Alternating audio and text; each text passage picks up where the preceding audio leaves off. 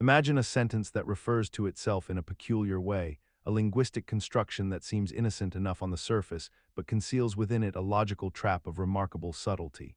Consider the statement, "If this sentence is true, then Santa Claus exists." At first glance, this appears to be merely a conditional statement, a simple if-then construction that we encounter regularly in everyday reasoning and mathematical logic.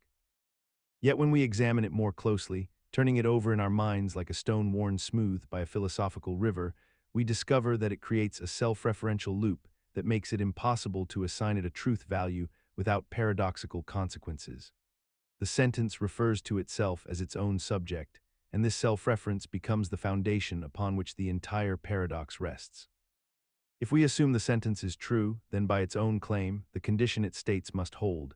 If it is true, then Santa Claus exists, and therefore Santa Claus must exist.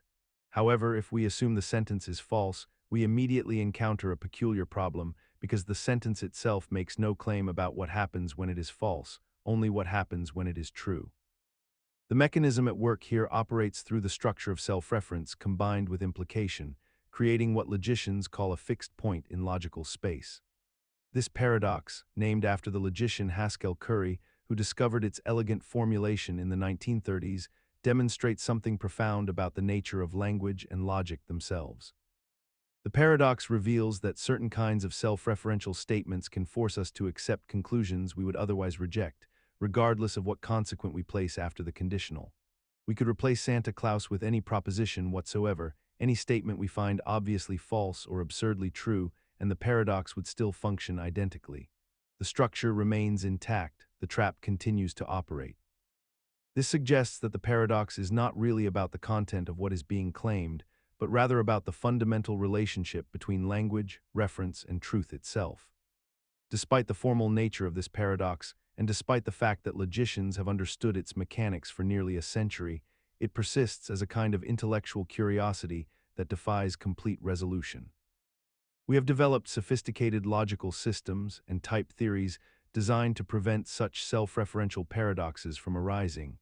Yet Curry's paradox continues to reveal gaps in our understanding, subtle places where our formal systems meet the limits of their applicability.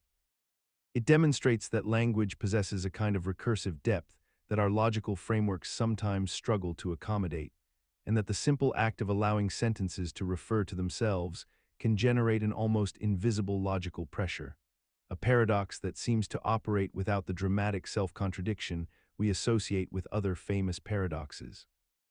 Perhaps this is why Curry's paradox persists in our collective consciousness despite being largely resolved in technical terms.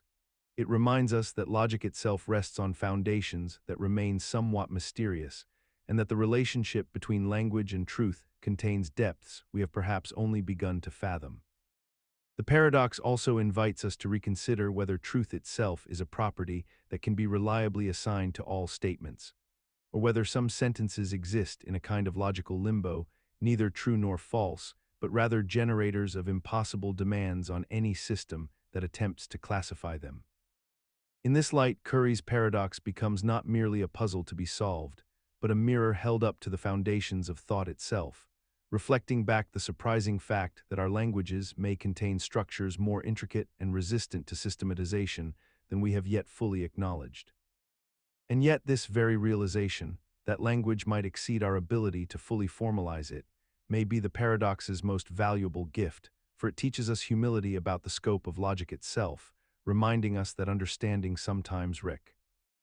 Imagine a woman who falls into an enchanted sleep, and before she does, she is told that a coin will be flipped while she slumbers. If the coin lands on heads, she will be awakened on Monday, have a conversation, be put back to sleep with her memory erased, and then awakened again on Tuesday for another identical conversation. If the coin lands on tails, she will only be awakened on Monday. The question then becomes deceptively simple. When she awakens and has no memory of whether this is Monday or Tuesday, or how many times she has been awakened before, what should she believe about the probability that the coin landed on heads? This is the Sleeping Beauty paradox, a problem that has divided mathematicians and philosophers for decades, not because the mathematics is unclear, but because our intuitions about probability and self-awareness lead us down conflicting paths. From one perspective, the answer seems obvious. The coin was fair before she fell asleep, so the probability must be 1/2, regardless of how many times she wakes up. From another perspective, however, the answer appears to be 1/3, because she will experience 2 awakenings if heads is true, but only 1 if tails is true, making the heads scenario proportionally more likely from the standpoint of her subjective experience. The paradox emerges from a fundamental confusion about what probability even means in this context. When we ask for the objective probability of the coin flip, we are asking about the state of the physical world before the experiment began, a question to which the answer is genuinely 1/2. But when we ask what Sleeping Beauty should believe upon awakening with no additional information, we are asking something subtly different. We are asking about the probability from her perspective, given her location in time and her lack of knowledge about whether she has been awakened before. This distinction between objective probability and subjective credence creates an intellectual impasse that has never been fully resolved. Philosophers argue passionately on both sides because the paradox reveals something unsettling about how we think. Our reasoning about probability depends not just on the mathematics, but on our interpretation of what a probability statement actually means in a given situation. Some propose that the answer hinges on whether we adopt a halfer position, accepting that the probability remains 1/2 from any rational perspective, or a thirder position, accepting that from Sleeping Beauty's subjective viewpoint, the probability must shift based on the fact that she is more likely to be awakening during a head scenario. Others suggest that the paradox dissolves entirely once we carefully distinguish between different types of probability questions, and acknowledge that asking what Sleeping Beauty should believe is fundamentally different from asking what the coin probability was.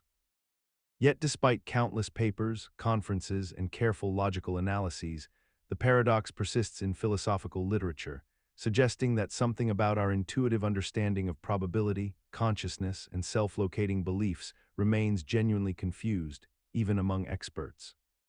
We continue to grapple with it because it touches on something deeper than mere mathematical confusion.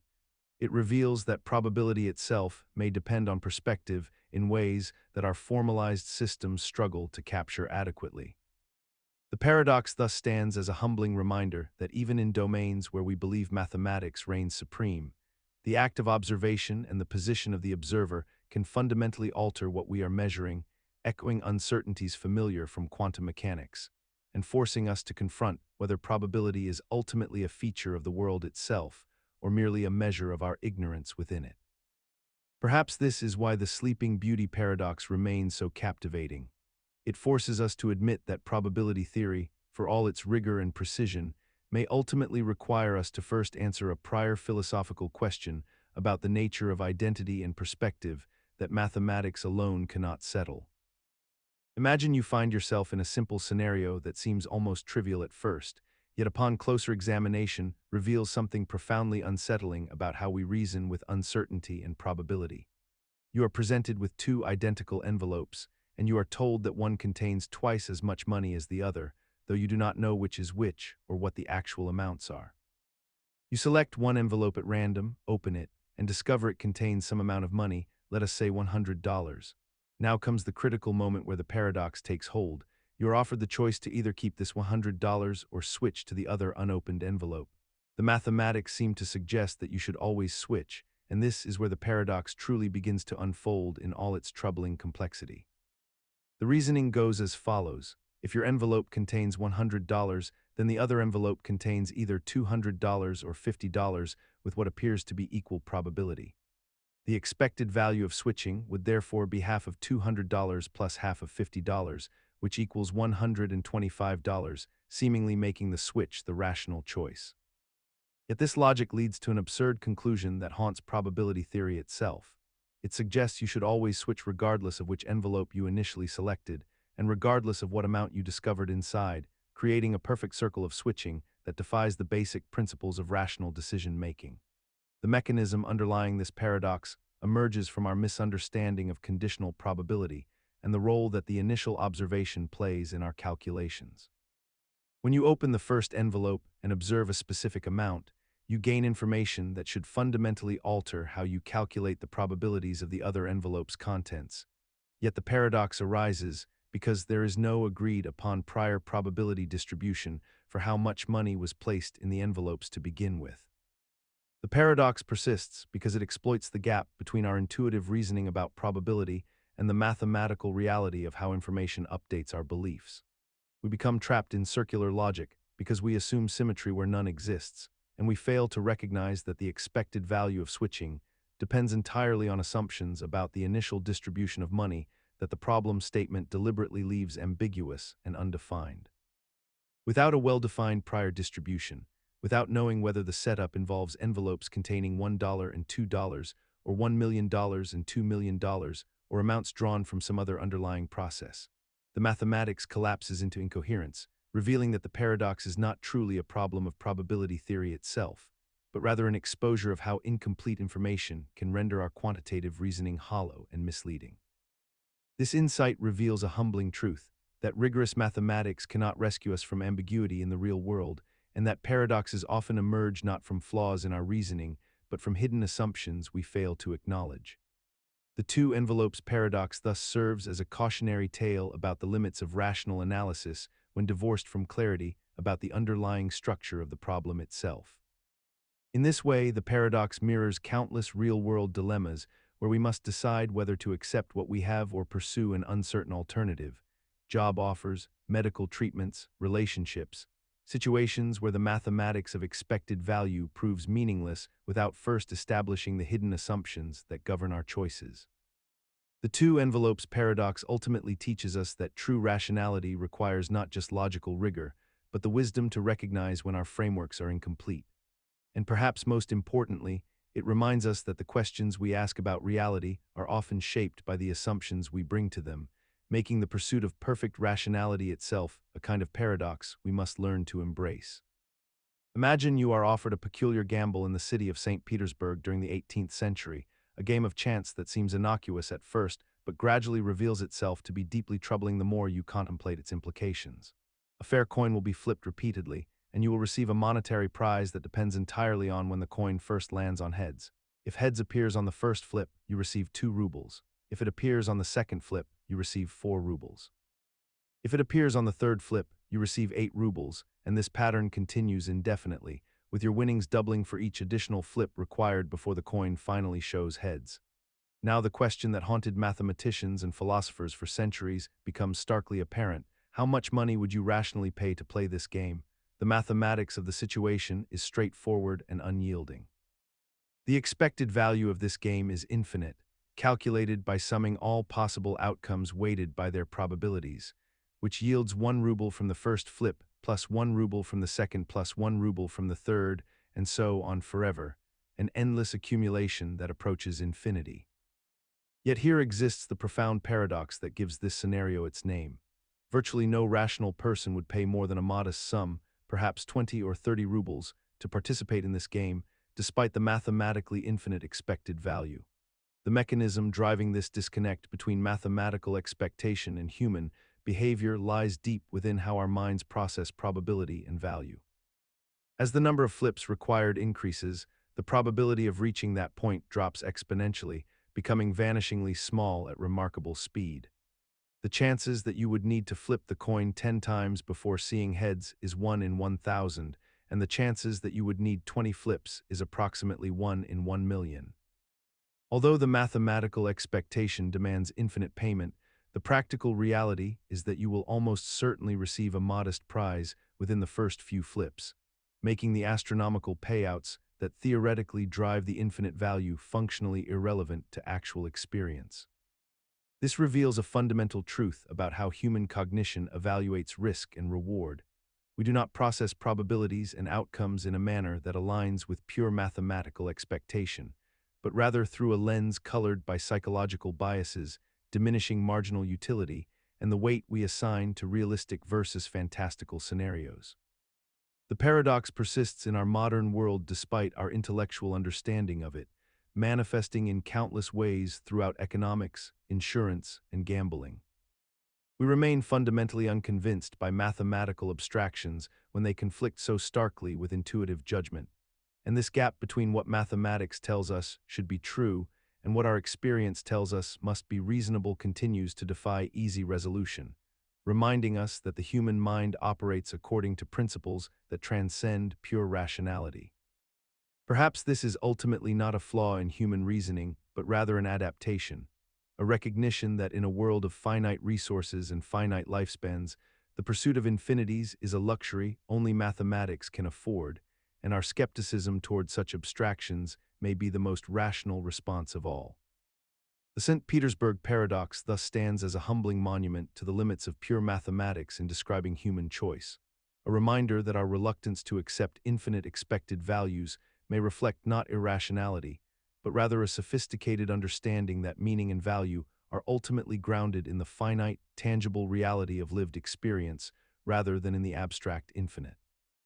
In this light, the paradox becomes less a mathematical curiosity and more a mirror reflecting the wisdom embedded in human nature, our instinctive valuation of certainty over speculation, and our implicit recognition that true wealth lies not in chasing infinite possibilities, but in securing what we can reasonably hold in our. Imagine standing on a clear night and gazing up at the vast expanse of stars stretching endlessly across the sky, knowing that our galaxy alone contains somewhere between 100 billion and 400 billion stars, and that beyond our galaxy lie hundreds of billions more, each potentially hosting their own planetary systems and civilizations. And yet when we listen to the cosmic silence with our most sensitive instruments designed to detect any whisper of extraterrestrial communication, we hear nothing but the ambient noise of the universe itself, a profound quiet that seems impossibly loud given the sheer statistical probability that intelligent life must exist somewhere out there in those incomprehensible distances. This is the essence of the Fermi Paradox, named after physicist Enrico Fermi, who reportedly asked the simple but devastating question during a lunch conversation in 1950, "Where is everybody?" The paradox represents the contradiction between the mathematical likelihood that extraterrestrial civilizations should exist given the universe's vastness and age, and the complete absence of any verified contact, communication, or even indirect evidence of their presence. A silence so complete that it has haunted scientific and philosophical thought for more than 7 decades. The psychological mechanism underlying this paradox operates through our human tendency to extrapolate from our own existence and assume that what works here must work there, creating a cognitive framework where we imagine intelligent beings distributed throughout the cosmos in some roughly proportional way to the number of habitable worlds that should exist.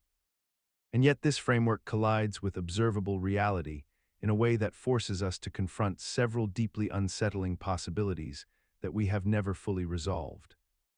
Perhaps intelligent life is extraordinarily rare, requiring some confluence of conditions so specific and delicate that our emergence represents an anomaly rather than a common occurrence. Or perhaps civilizations regularly arise and then destroy themselves before achieving the technological capacity to broadcast their presence across interstellar distances. Or perhaps intelligent life does exist in abundance, but has deliberately chosen to remain hidden from the cosmos, following some universal principle or protocol we cannot fathom. Or perhaps the universe is simply too vast, and time too vast for any civilization to ever meaningfully contact another, separated by distances measured in light years that make exchange seem functionally impossible, even with technologies beyond our comprehension. We have normalized this paradox by constructing elaborate frameworks to explain it away, by proposing the great filter, by discussing the Drake equation with its daunting cascade of diminishing probabilities, by suggesting that we might be early among intelligent species or catastrophically late, yet beneath all these intellectual constructs lies a simpler truth. We have accepted the cosmic silence as a fundamental feature of existence without ever truly accepting what it might mean about our place in reality, and we continue our attempts at contact and our construction of equations as though the very act of mathematical elegance might somehow change the empty answer that comes echoing back through the darkness.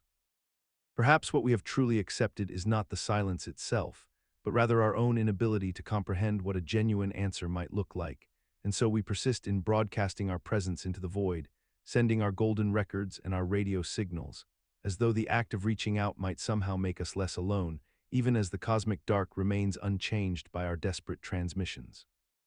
And yet perhaps this reaching out, this refusal to accept silence as an answer, is itself the most profoundly human response to the paradox, not because it might succeed in finding others, but because the act of seeking refuses to let us believe we are truly alone, transforming the cosmic silence from a statement of fact into an ongoing question we are determined to keep asking.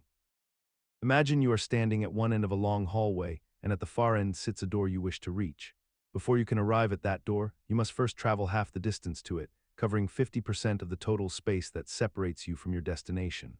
Once you have accomplished this initial journey and stand at the midpoint, you then discover that you must travel half of the remaining distance, which is now 25% of the original span. When you reach this new position, you are faced with the same logical requirement once more. You must cover half of what remains, then half of that, then half of that again, infinitely subdividing the space into smaller and smaller segments that must each be traversed before you can take another step forward. According to this ancient Greek thought experiment formulated by the philosopher Zeno of Elea around 2400 years ago, you should never actually reach the door, because you would need to complete an infinite number of journeys, and completing infinite tasks should take infinite time. Yet somehow in our physical reality, you do reach the door in finite time without any apparent contradiction or barrier preventing your arrival.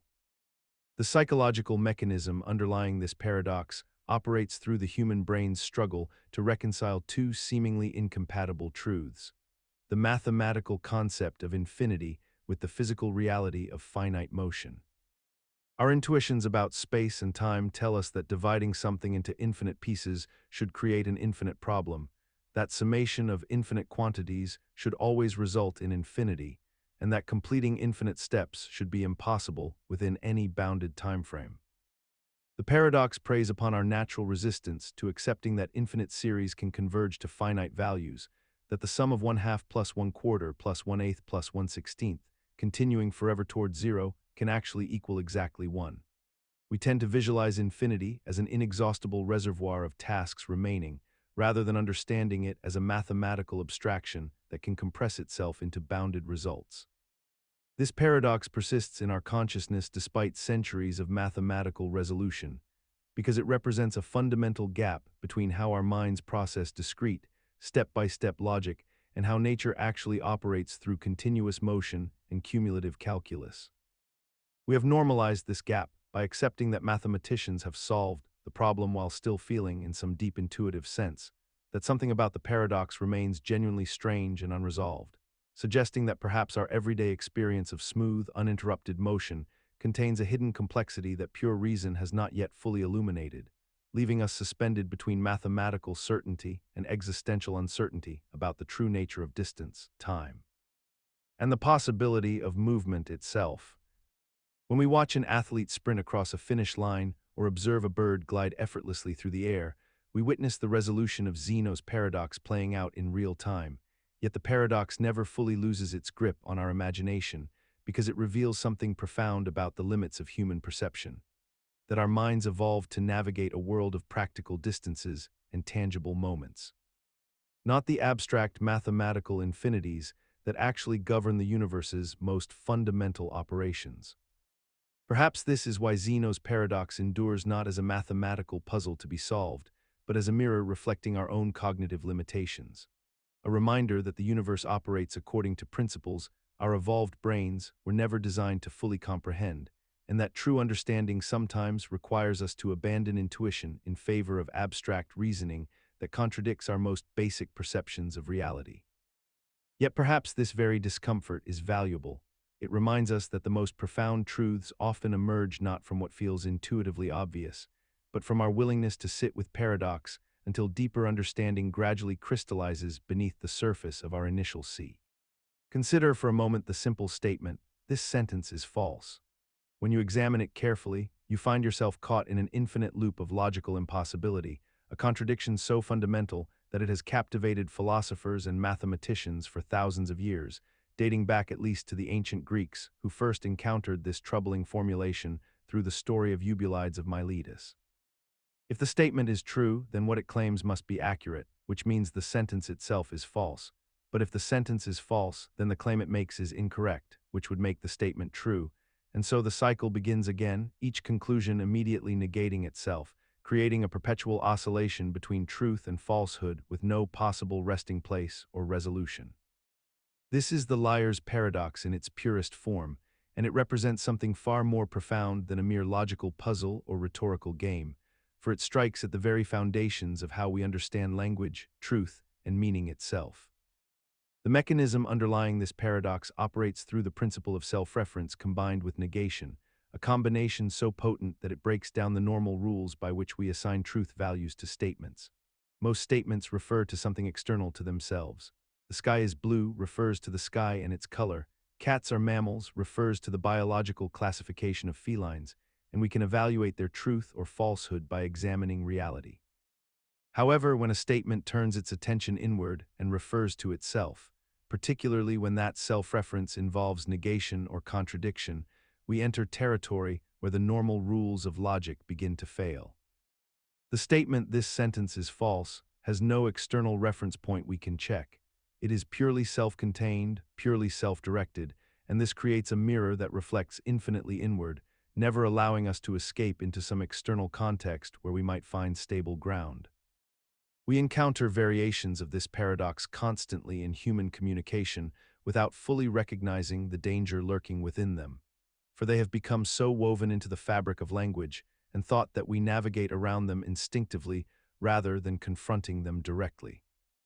The ancient Sorites Paradox, which asks whether removing a single grain of sand from a heap still leaves a heap, contains the same self-referential nature, as does the modern ship of Theseus, where we question whether an object remains itself after all its components are replaced. These paradoxes persist in our thinking despite having no actual solution, despite the fact that we cannot logically resolve them, and yet we continue to construct systems of logic and philosophy that must somehow accommodate or avoid them rather than extinguish them entirely.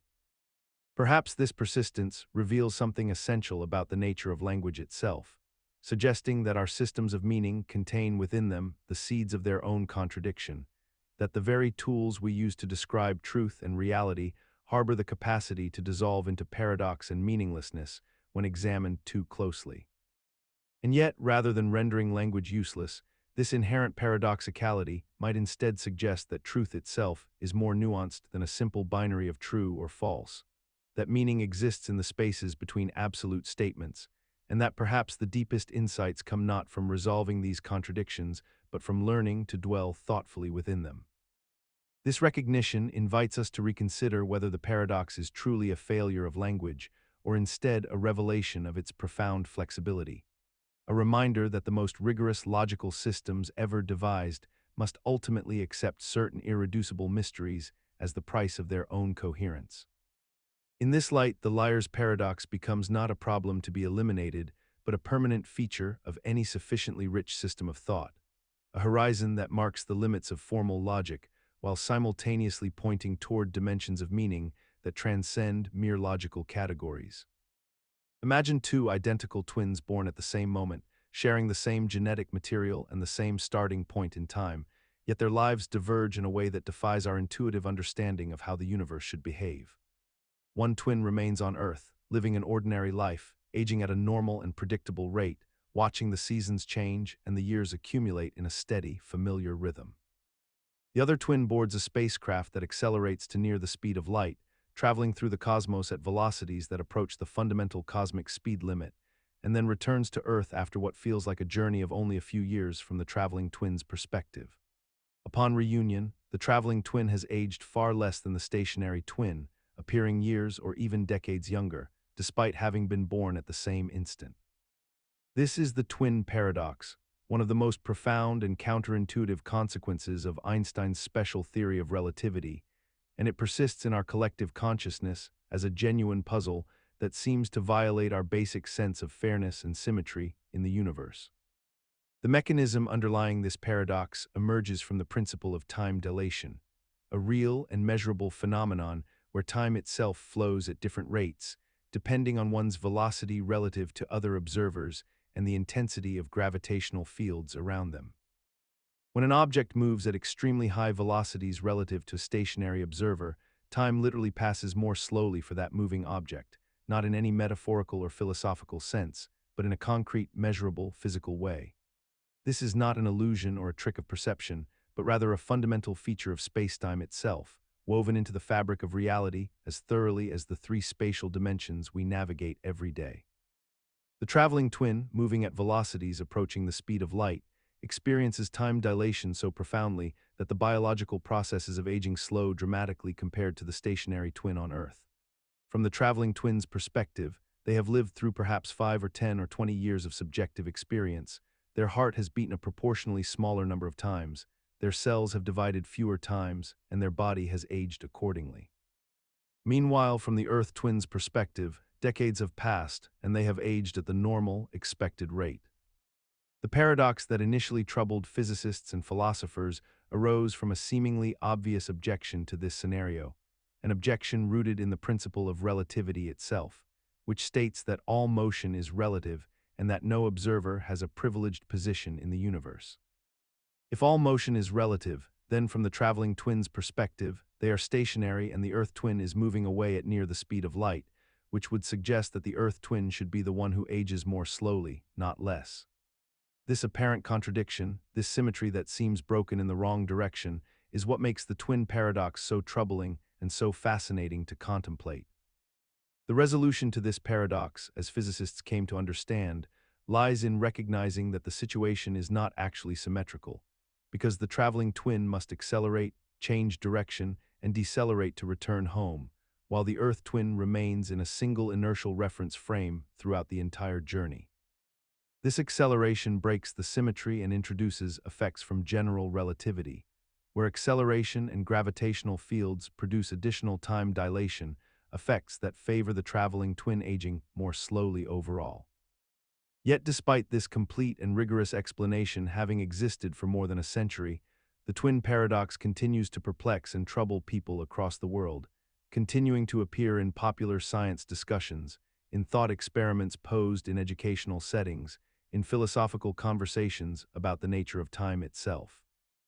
Imagine holding a sphere in your hands, a perfectly ordinary ball made of ordinary matter, and imagine that through a series of purely geometric operations, decompositions and rotations performed in mathematical space, you could separate the single sphere into a finite number of pieces, and then reassemble those very same pieces into two spheres, each identical in size and shape to the original, with nothing left over and nothing added from outside. A process that somehow violates our deepest intuition about the conservation of volume and the fundamental rules of how physical objects ought to behave in space.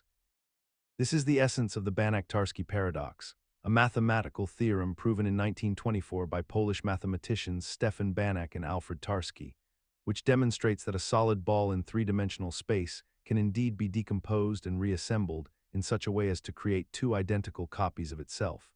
A conclusion so counterintuitive that it seems to suggest the very possibility of duplicating matter through pure geometry alone.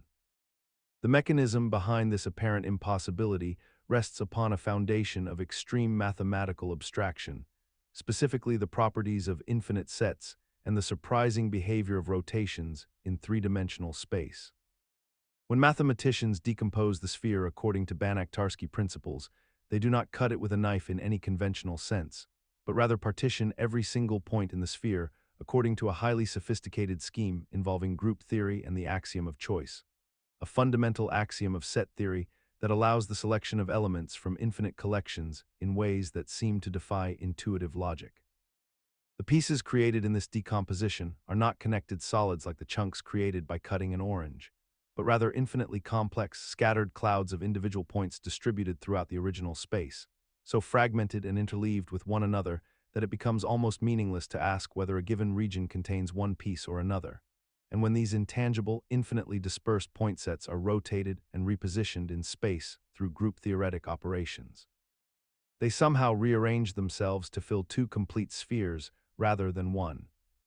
The profound strangeness of Banach-Tarski persists in mathematical consciousness because it emerges from the very nature of infinity and the limitations of our intuitive understanding of continuous space.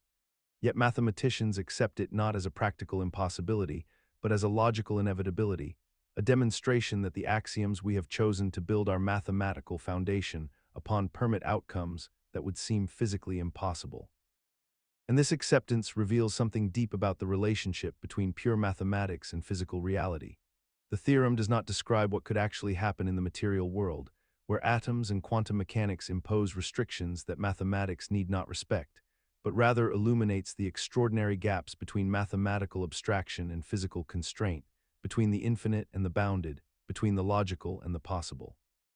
In this sense, Banach-Tarski serves as a humbling reminder that mathematics is ultimately a language we have invented to describe patterns and possibilities, not a perfect mirror of reality itself, and its paradoxes are less violations of truth than they are invitations to examine more carefully the assumptions we make about space, continuity, and the nature of decomposition itself. Perhaps the most valuable lesson Banach-Tarski offers is that when a mathematical conclusion seems to violate reality itself, the fault lies not in mathematics, but in our assumptions about what mathematics is permitted to describe. It is a theorem not about spheres in the physical world, but about the abstract topological properties of infinite point sets. A distinction that transforms the paradox from an impossibility into a precise and illuminating truth about the structure of infinite-dimensional space. Imagine a small town where there exists a barber who has established a single immutable rule about his profession, and this rule states that he shaves all those men, and only those men who do not shave themselves. It is a straightforward occupational principle, clearly defined and seemingly reasonable in its application. The barber maintains his shop with precision and care, and every citizen of the town understands this fundamental rule that governs who receives his services. Yet within this innocent-sounding arrangement lies a logical contradiction so profound that it has fascinated philosophers and mathematicians for more than a century, because when we attempt to answer the question of whether the barber shaves himself, we find ourselves trapped in an impossible loop that defies resolution through ordinary logic. If the barber shaves himself, then according to his own rule, he cannot shave himself, because he only shaves those who do not shave themselves. But if the barber does not shave himself, then according to that same rule, he must shave himself, because he shaves all those who do not shave themselves. The mechanism that creates this paradox operates through the principle of self-reference, whereby a statement or rule that attempts to describe itself creates an internal contradiction that cannot be escaped by simply choosing one answer or the other. The barber's rule, which seems to be a perfectly rational system of classification, actually creates a category that cannot logically exist, a set that cannot contain itself and cannot exclude itself simultaneously.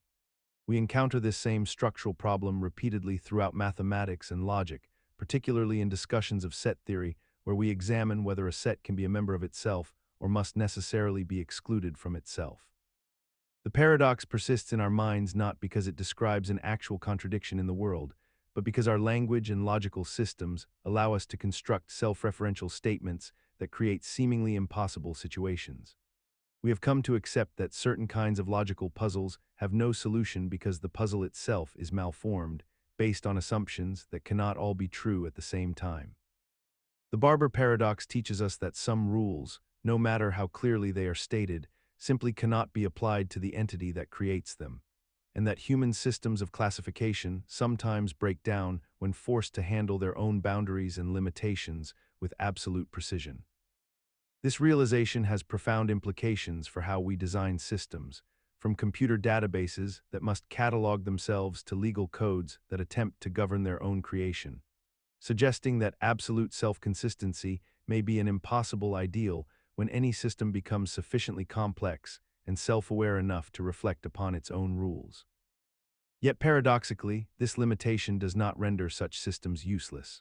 Rather, it reveals that the most elegant solutions often involve accepting exceptions, creating hierarchies of rules, or acknowledging that perfect logical closure is neither necessary nor possible for a system to function effectively in the real world.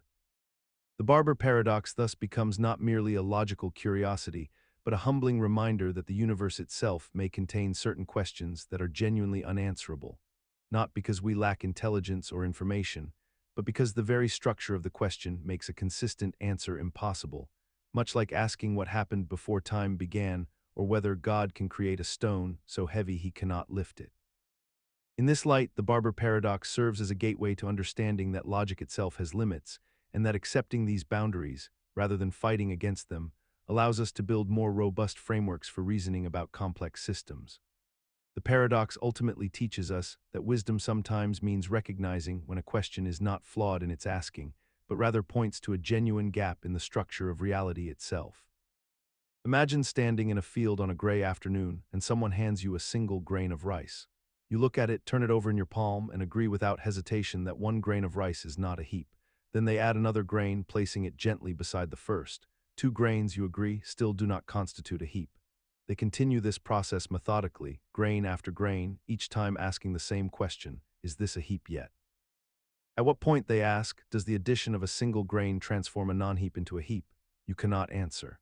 No single grain, when added to a non-heap, can possibly create a heap, because the difference between almost a heap and a heap must surely be more than just one grain. And yet, if you add grains indefinitely by this logic, you will eventually have thousands of grains, millions perhaps, and surely at some point you must have a heap. This is the Sorites Paradox, a puzzle that has troubled philosophers and logicians for more than 2,000 years, originating from the ancient Greek word soros, meaning heap. The paradox operates on the principle of what philosophers call a conditional chain. If we accept that one grain is not a heap, and we accept that adding one grain to a non-heap cannot create a heap, then by logical extension across an infinite series of additions, we must conclude that no number of grains can ever create a heap, which is plainly absurd. Yet the reasoning at each step seems entirely sound, almost irrefutable in its local logic. The mechanism underlying this paradox is the boundary problem, the human mind's genuine difficulty in identifying precise thresholds where gradual transitions occur. We live constantly within vagueness and imprecision, yet we construct language and logic as though the world operates with sharp, definable edges. Consider baldness. At what precise number of hairs does someone transition from having hair to being bald? There is no magic number, no threshold where a single hair leaving the scalp suddenly changes the classification. We apply words like bald, tall, old, and poor despite knowing that these categories have soft boundaries rather than rigid ones. Our linguistic and logical systems were designed in the abstract, treating properties as though they were binary switches, yet reality presents us with gradual spectrums, with zones of ambiguity that resist our categorical impulses. What makes the Sorites paradox persist, despite countless attempts to resolve it, is that we have somehow normalized living with this fundamental inconsistency between how we speak about the world and how the world actually presents itself. We cannot stop using vague language because vagueness is not a defect to be corrected, but rather an essential feature of how we navigate an infinitely complex reality. We have learned to accept that our logical systems, for all their precision and power, contain genuine gaps when applied to the messy actualities of existence. The Sorites paradox thus reveals not a failure of logic, but rather its necessary limits. A reminder that some of the deepest puzzles we face are not waiting to be solved, but rather endured, accepted as the price of living in a world that is fundamentally continuous rather than discrete, where meaning emerges not from sharp definitions, but from the subtle gradations we learn to navigate without ever fully mapping them. Perhaps this is why the Sorites paradox has endured for millennia, not as an unsolved problem, but as a permanent mirror held up to the limits of human understanding itself. A reminder that the most profound philosophical questions are often not puzzles awaiting solutions, but truths about the texture of existence that we must learn to inhabit rather than escape. We see this acceptance play out daily. We call someone middle-aged without precision. We declare a movie good despite knowing goodness admits of degrees.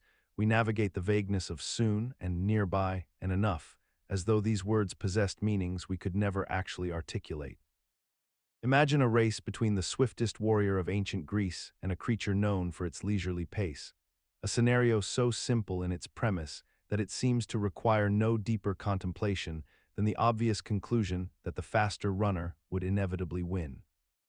Yet the ancient Greek philosopher Zeno of Elea constructed an argument around this very race that has troubled mathematicians, philosophers, and logicians for more than 2,000 years. A paradox so elegant in its construction that it demonstrates how our intuitive understanding of motion and infinity can be fundamentally at odds with rigorous logical reasoning. The paradox unfolds like this. Before Achilles can overtake the tortoise, he must first reach the point where the tortoise started, and by the time he arrives at that location, the tortoise will have moved forward some distance, even if only slightly. Then Achilles must cover this new distance, yet during the time it takes him to do so, the tortoise advances once again, creating a new gap that must be closed. This process repeats infinitely, with each interval becoming smaller and smaller but never truly ceasing to exist, leading to the logical conclusion that Achilles can never actually catch the tortoise, that the faster runner is eternally condemned to pursue but never to overtake. The mechanism behind this paradox reveals something profound about how our minds process infinite sequences and the nature of mathematical continuity itself.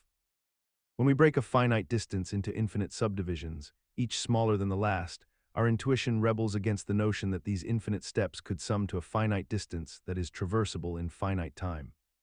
The tortoise ahead, the shrinking gaps, the infinite sequence of catching up and still falling behind creates a psychological vertigo where logic seems to suggest that what we know to be possible is actually impossible.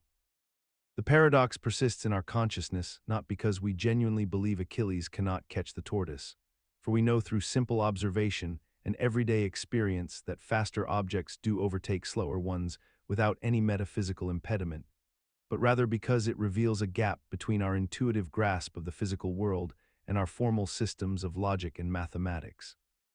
We have normalized this gap by developing calculus and the mathematical tools to handle infinite series, proving rigorously that infinite sums can converge to finite values.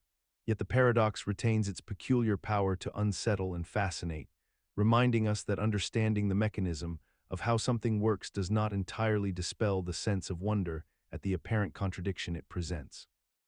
In this way, Zeno's paradox endures as a mirror held up to the limits of human reasoning itself, a reminder that the gap between mathematical proof and intuitive certainty can never be entirely closed, only acknowledged and carefully traversed with the tools of rigorous thought.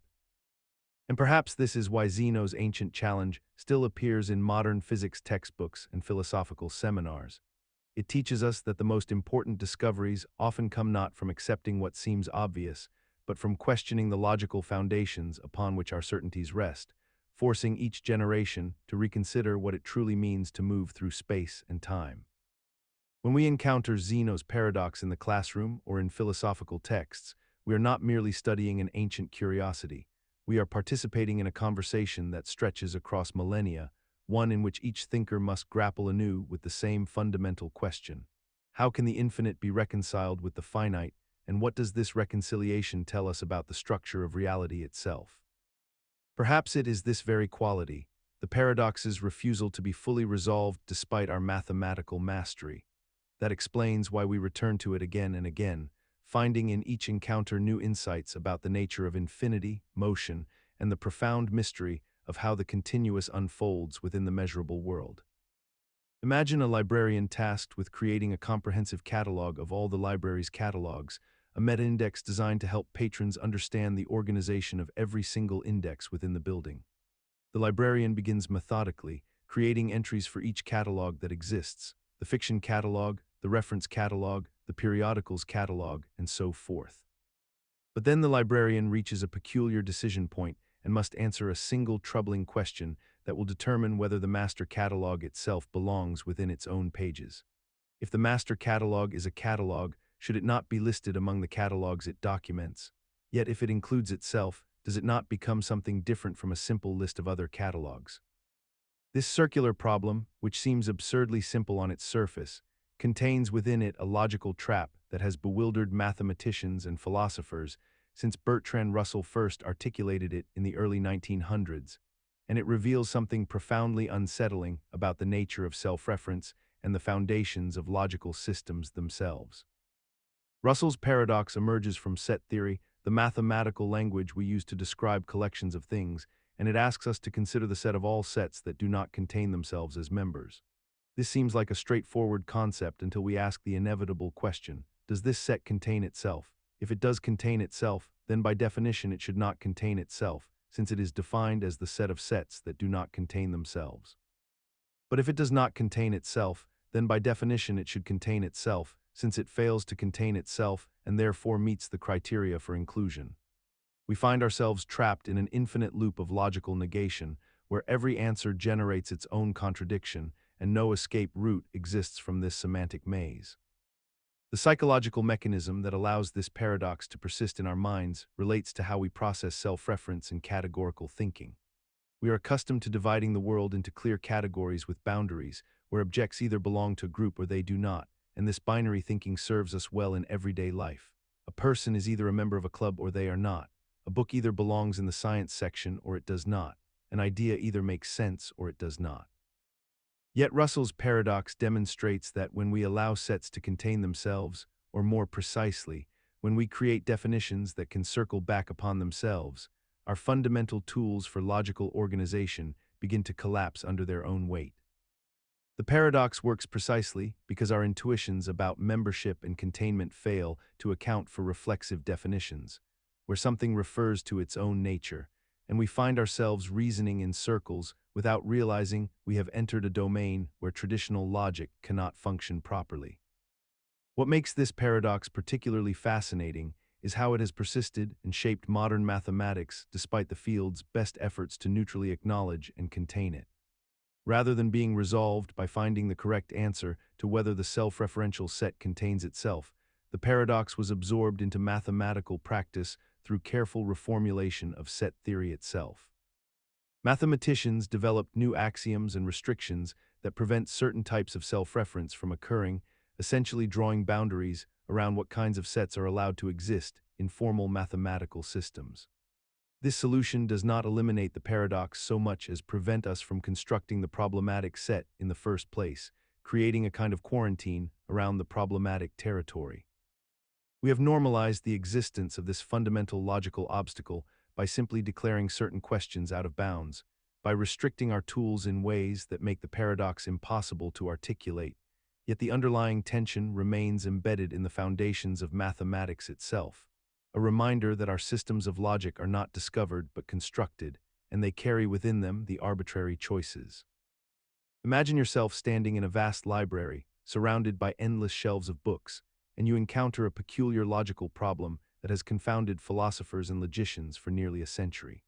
The Raven Paradox, also known as Hempel's Paradox after the German philosopher Karl Hempel, who formulated it in the 1900s, presents us with a deceptively simple observation that somehow generates profound confusion about the nature of evidence and logical reasoning itself.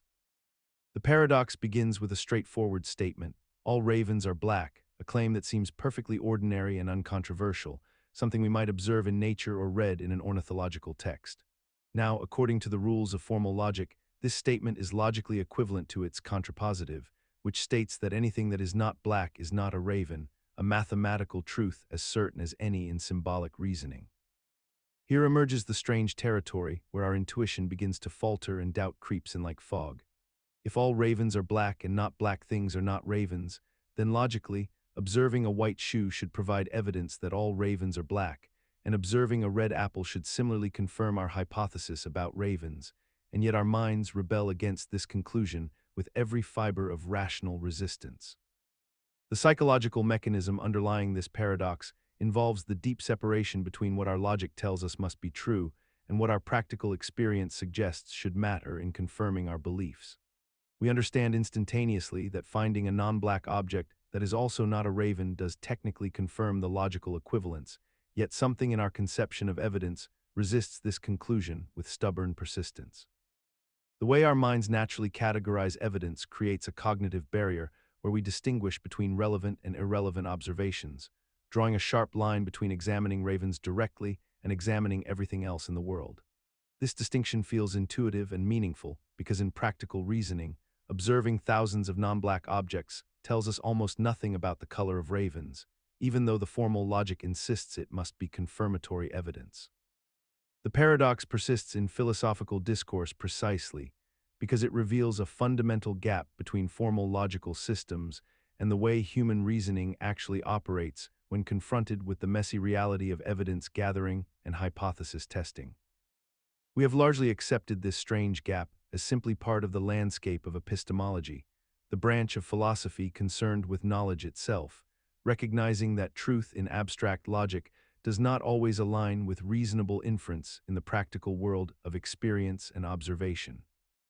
Yet this paradox ultimately serves as a humbling reminder that our intuitions about evidence, while often unreliable in abstract logical spaces, have been honed by evolution to serve us well in navigating the actual world, where focusing our investigative efforts on ravens rather than shoes proves vastly more efficient and productive. This pragmatic wisdom suggests that our resistance to the paradox may not be a logical failing at all, but rather an elegant adaptation, a recognition that true understanding requires us to balance the demands of pure reason with the constraints of finite time and cognitive resources that define our existence as embodied creatures navigating an infinitely complex world. In this light, the Raven Paradox transforms from a mere logical puzzle into a profound meditation on how we navigate the fundamental tension between theoretical perfection and practical necessity, reminding us that the most sophisticated reasoning often involves knowing not just what we can prove, but what truly matters to examine. Perhaps this is why science itself has evolved to privilege direct observation and experimentation over logical deduction alone. We have learned, through centuries of trial and error, that the most fruitful path to understanding nature lies not in following every logical thread to its end, but in focusing our finite at. Imagine a judge in a courtroom who announces to a prisoner that they will be executed by hanging sometime during the following week, but the execution will come as a complete surprise to the prisoner, meaning they will not know which day it will occur until the morning of their death arrives.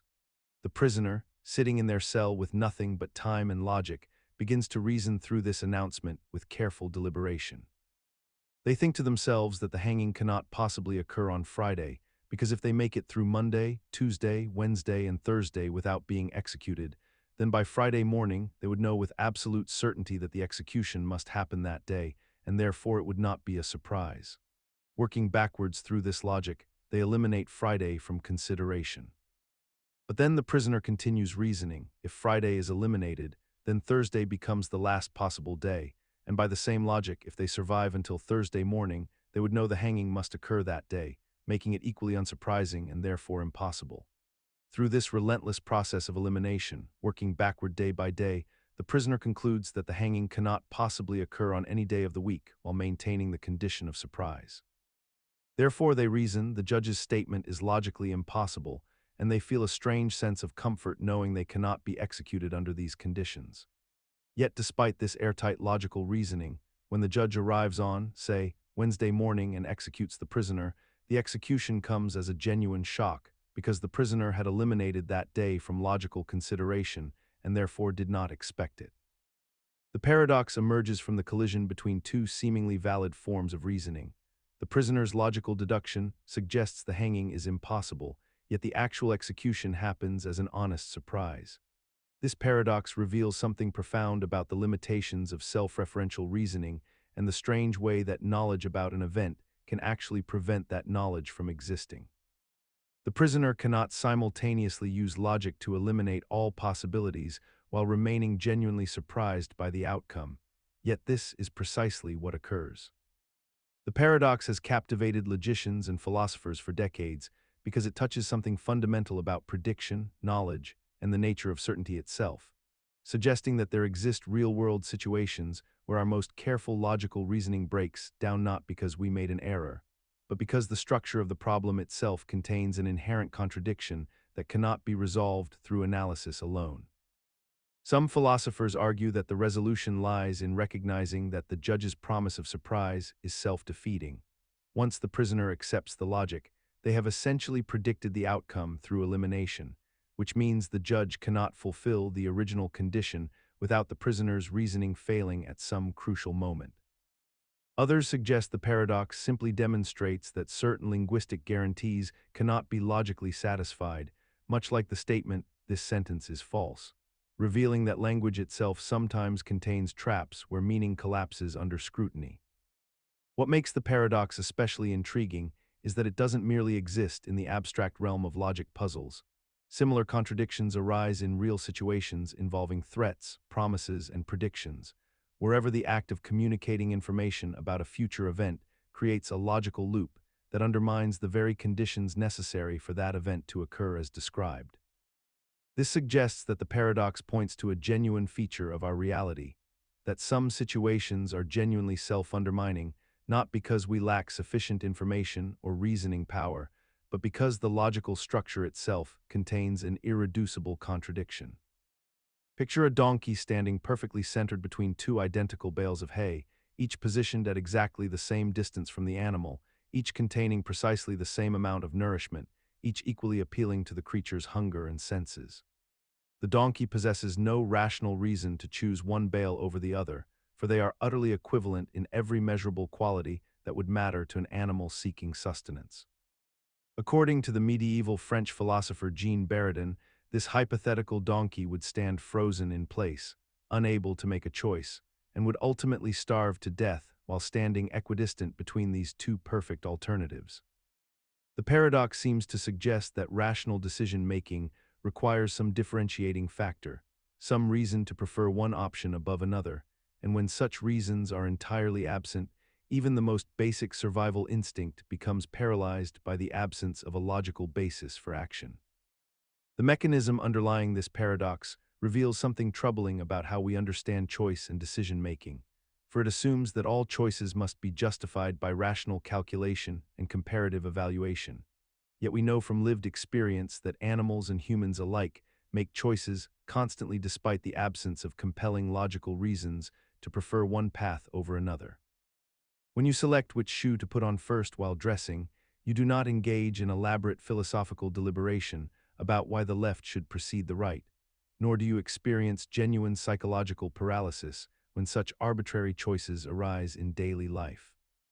The paradox assumes that reason operates as the fundamental driver of choice, that without rational justification, a being cannot act, and yet this clearly contradicts the observable reality of how creatures navigate a world filled with genuinely equivalent options. What makes Buridan's paradox endure in philosophical discourse, despite its apparent divorce from how actual decision-making functions, is precisely that it reveals something about our cultural inheritance of rationalism and our persistent tendency to treat logical necessity as the only legitimate basis for action. We have normalized the assumption that meaningful choice requires meaningful difference, that to act is to act for a reason, and we have constructed entire systems of thought and ethics around this foundation, even as we live every day making countless decisions that violate this principle entirely. The paradox persists not because it describes reality accurately, but because it captures a deep anxiety about the possibility of arbitrary action, about the unsettling freedom we actually possess to act without sufficient justification, to break ties through mechanisms that have nothing to do with reason at all. And this anxiety reminds us that genuine choice might require us to accept something far more mysterious and less comforting than pure rationality. When we finally do choose, flipping a coin, following a whim, or simply acting on impulse, we discover that the donkey's paralysis was never truly about logic at all, but rather about our refusal to acknowledge that some of our most consequential decisions emerge not from reason, but from the irreducible fact of our own existence as beings capable of choosing without justification. This recognition transforms Buridan's from a logical puzzle into a meditation on human freedom itself. The sobering realization that we are not slaves to reason, but rather beings condemned to choose, and that this burden of arbitrary decision-making is perhaps the truest expression of what it means to be free. The medieval philosophers who first contemplated this scenario may have intended it as a reductio ad absurdum against pure rationalism, yet they inadvertently stumbled upon a more radical truth, that the capacity to choose arbitrarily, to act without sufficient reason, is not a deficiency in human nature, but rather its most distinctive and liberating feature, the very ground upon which all genuine agency rests. Imagine yourself sitting across from a mysterious figure who possesses a remarkable ability. They can predict your decisions with an accuracy that seems almost supernatural. This figure places two boxes before you. The first box is transparent and contains $1,000 that you can clearly see. The second box is opaque, and you're told that it contains either $1 million or nothing at all, depending entirely on a prediction this figure made about what you would choose before this moment even began. You are given two options. You can take only the opaque box, hoping it contains the $1 million because the figure predicted you would be bold enough to take only that box, or you can take both boxes, securing the $1,000 you can see along with whatever might be in the opaque box. The figure's prediction was made before you arrived, before you knew the rules, before any of this became real, and if they predicted you would take only the opaque box, they filled it with $1 million. If they predicted you would take both boxes, they left it empty. The paradox emerges because two entirely reasonable lines of logical reasoning lead to contradictory conclusions about what you should do. From one perspective, the figure has already made their prediction and acted upon it, which means the contents of that opaque box are already determined. Taking only the opaque box seems foolish if it is already empty, and greedy if it already contains the $1 million, so why not simply take both and guarantee yourself the $1,000 plus whatever is already there. Yet from another perspective, the figure's track record of prediction is nearly perfect, and people who take both boxes typically end up with just the $1,000 because the figure predicted this selfish choice, while people who take only the opaque box almost always find it contains the $1,000,000 because the figure predicted their restraint.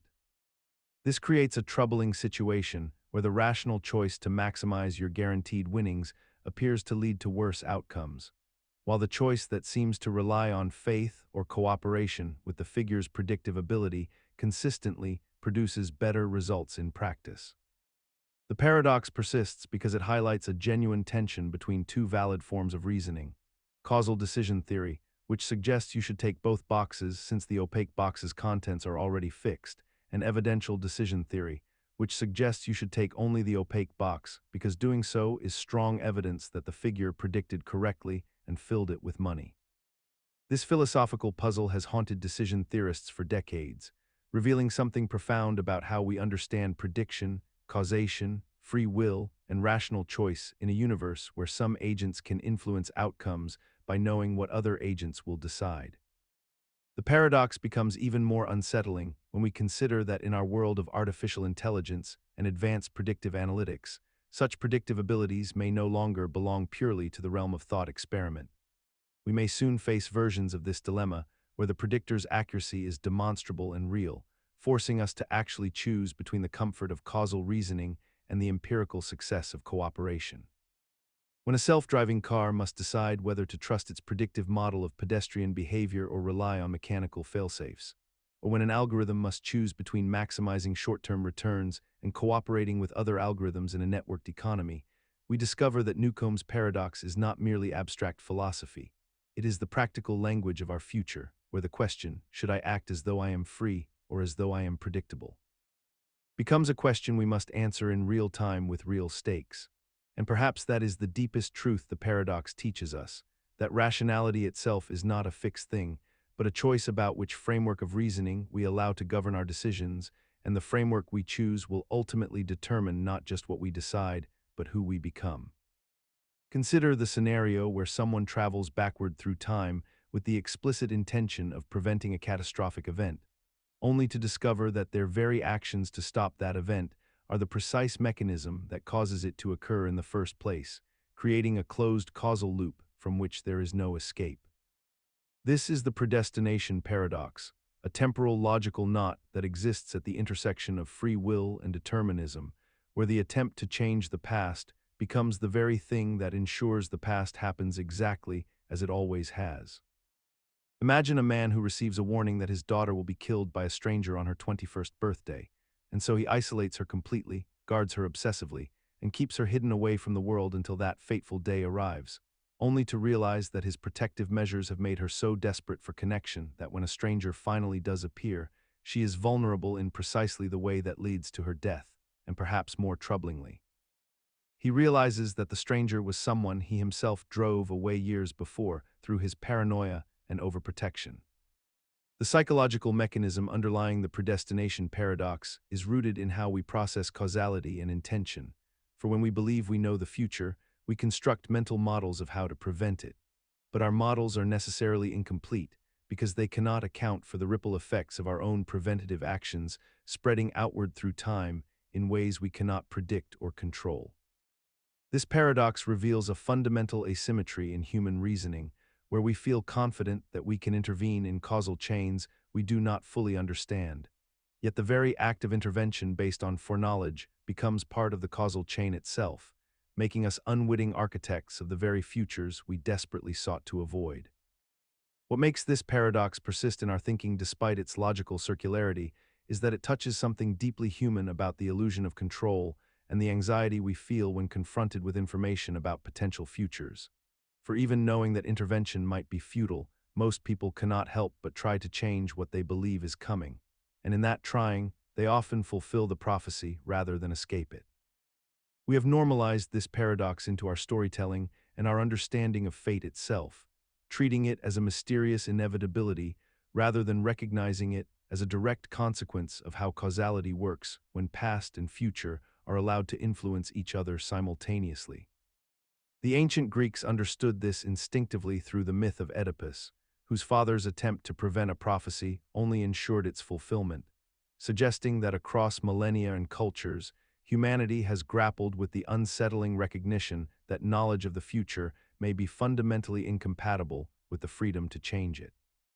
Perhaps the paradox persists not because it is logically inevitable, but because it reflects a deeper truth about causality itself, that the universe may be indifferent to our intentions, and our desperate attempts to rewrite fate may simply be footnotes in a story already written. Yet this raises a haunting question. If we cannot escape a predicted future through our actions, does this mean our choices are illusory, or does it mean that our choices were always part of the predetermined outcome, making free will and determinism not opposites but different descriptions of the same inexorable unfolding of events? The predestination paradox thus becomes a mirror reflecting our own cognitive limitations back at us. We cannot think outside the causal structures that bind us, so when we imagine the future and act upon that imagination, we are merely following the only logical path available to us within those constraints, making our sense of agency nothing more than the subjective experience of necessity pretending to be choice. Imagine yourself standing in a television studio in the 1970s, facing three identical doors, and behind one of them waits a brand new automobile, while behind the other two doors wait nothing at all, or perhaps a goat, depending on which version of this thought experiment you happen to encounter. The game show host, a man named Monte, asks you to choose a door, any door at all, and you select one without knowing what lies behind it, the probability of your initial choice being correct sitting at exactly 1 in 3. Then something peculiar happens. The host, who knows what is behind every single door, deliberately opens one of the remaining two doors that he knows contains nothing of value, revealing the emptiness behind it and leaving two doors still closed, one of which is your original choice and one of which is the other unopened door. The host then asks you the crucial question that has bewildered mathematicians, philosophers, and casual thinkers for decades. Do you want to switch your choice to the remaining unopened door, or do you want to stay with your original selection? This is where the paradox reveals itself in its full complexity, because the counterintuitive truth is that you should absolutely switch, because switching gives you a 2 in 3 chance of winning the car, while staying with your original choice leaves you with only a 1 in 3 chance. A fact that contradicts our immediate intuition so thoroughly that most people reject it outright. The mechanism behind this persistent paradox lies in how we mentally update probabilities as new information emerges, because when you first made your choice, you selected one door from 3, meaning there was a 2 in 3 probability that the car was behind one of the other two doors, and that ratio does not change when the host eliminates one of those doors. The host is not opening a random door. He is deliberately choosing from the remaining doors, and he always chooses one with nothing behind it, which means when only two doors remain in play, the 2 in 3 probability that the car is not behind your original door is now concentrated entirely on the single remaining unopened door. Our minds struggle with this because we intuitively treat the scenario after a door opens as a fresh situation with two doors and therefore equal odds, but this reasoning commits a fundamental error by ignoring the fact that the host's action was not random and therefore provides information that updates our probability calculations. This paradox persists despite its logical resolution because it challenges something deeply embedded in how our brains process information. We tend to forget that probabilities attached to initial choices do not disappear when the set of possibilities shrinks, and we tend to overweight the feeling of having made a choice and a commitment to that choice over the mathematical reality of the situation unfolding before us.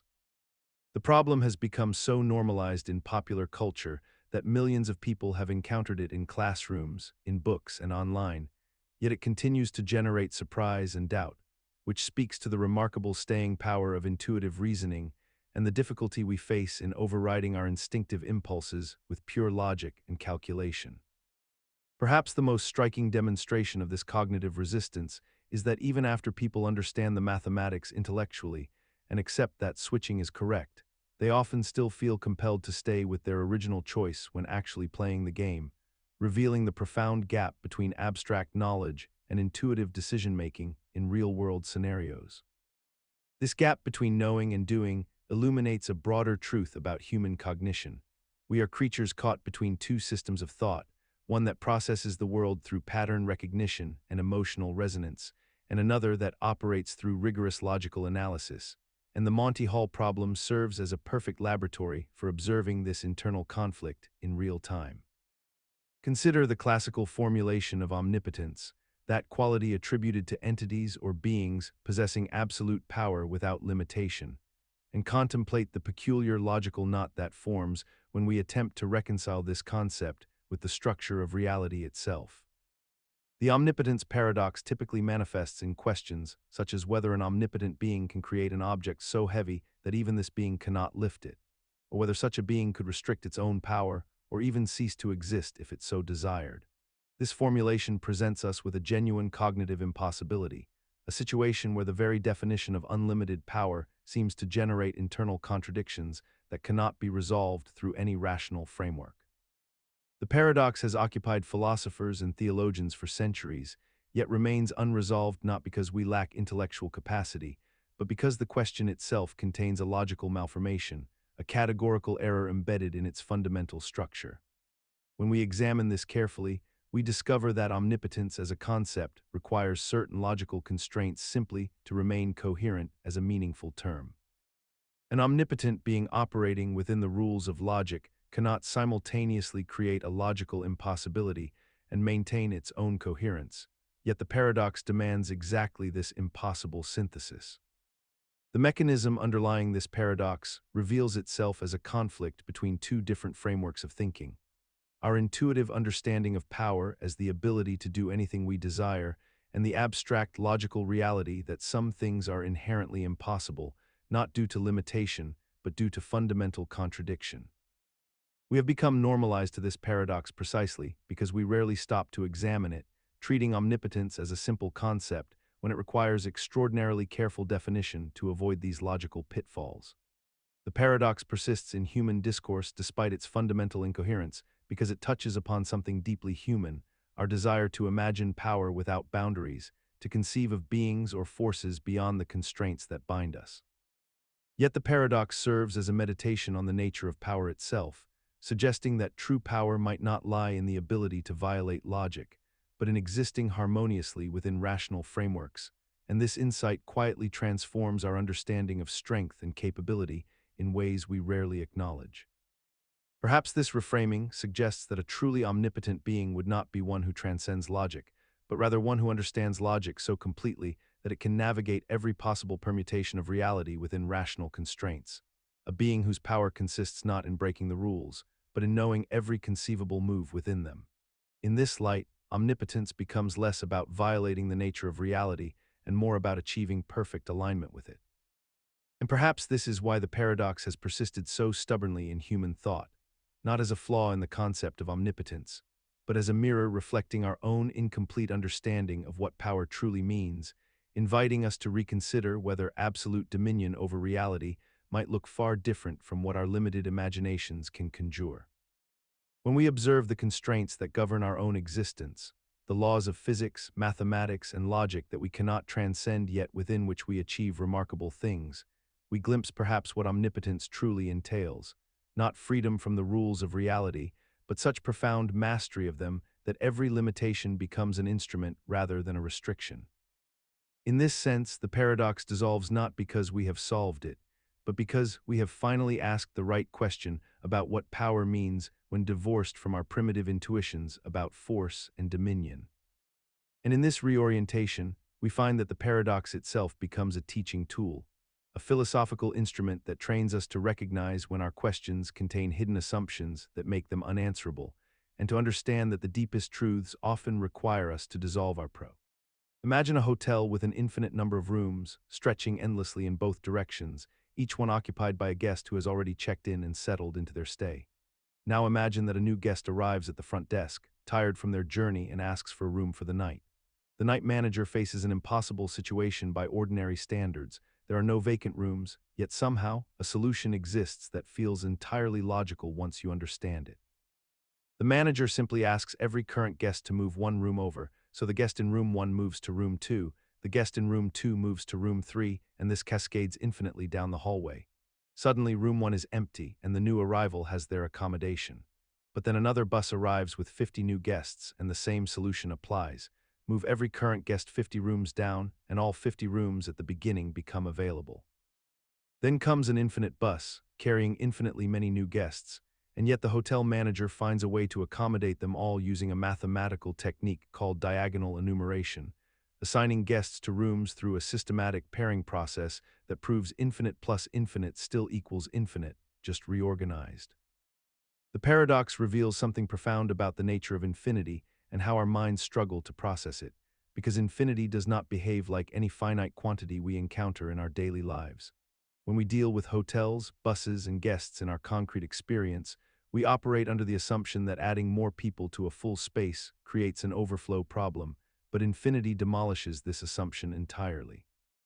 The logical mechanism at work here stems from the mathematical property that infinite sets can be rearranged, subdivided, and even combined with other infinite sets while maintaining their infinite cardinality, a concept that feels deeply counterintuitive because our brains evolved to handle finite quantities and finite spaces. We are creatures of scarcity, born into a world where resources run out, where rooms have maximum occupancy, where something cannot come from nothing. And so when we confront a scenario where these rules cease to apply, we experience a kind of cognitive vertigo, a sense that the rules themselves are breaking down even though they are not. What makes this paradox so persistent in human thought is that we have never truly normalized infinity, despite its mathematical inevitability, because infinity does not exist in our sensory experience and therefore remains perpetually strange to us.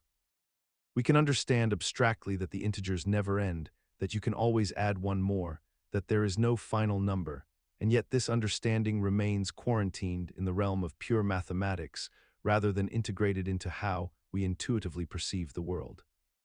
The infinite hotel paradox thus continues to fascinate us not because it reveals a flaw in mathematics, but because it exposes the permanent gap between what we can calculate and what we can feel, between the logical conclusion that the hotel can always accommodate more guests and the visceral sense that something here violates the natural order of things. And perhaps that unresolved tension is precisely why we return to it again and again, seeking to find the moment where reason and intuition might finally align. Yet perhaps the paradox's true gift is not the solution itself, but the invitation it extends, to recognize that our intuitions about fullness and emptiness, about limits and possibility, may be provisional maps of a reality far stranger and more accommodating than we habitually assume, and that sometimes the most liberating insights come not from solving the puzzle, but from learning to live comfortably within it. In this way, the infinite hotel becomes a mirror for the infinite possibilities we often fail to perceive in our own lives. The hidden room that opens when we shift our perspective, the unexpected accommodation that emerges when we stop counting what we lack and start reorganizing what we have. Consider the peculiar situation that emerges when two particles become entangled at the quantum level, existing in a shared state such that measuring one particle instantaneously influences the state of the other, no matter the distance separating them, even if that distance spans the entire observable universe. In 1935, Albert Einstein, Boris Podolsky, and Nathan Rosen published a thought experiment that troubled the very foundations of quantum mechanics, proposing that if quantum theory were complete and true, then two particles separated by vast cosmic distances could somehow communicate instantaneously with one another when measured, which seemed to violate the fundamental principle that nothing can travel faster than light. They argued that this suggested quantum mechanics was incomplete, that there must exist some hidden variables or deeper reality we simply had not yet discovered that would resolve this apparent violation of locality and restore classical intuition to our understanding of physical law. Yet decades of experiments have consistently shown that the correlations predicted by quantum entanglement are real, that particles do indeed behave as though they are fundamentally connected across space in ways that defy classical explanation, and that no hidden variable theory can reproduce these results without becoming even more baroque and unnatural than the original quantum formulation itself. The paradox persists not because anyone has solved it definitively, but rather because physicists have largely accepted that the universe simply operates according to principles that seem paradoxical to minds evolved to navigate the medium-sized objects of everyday experience.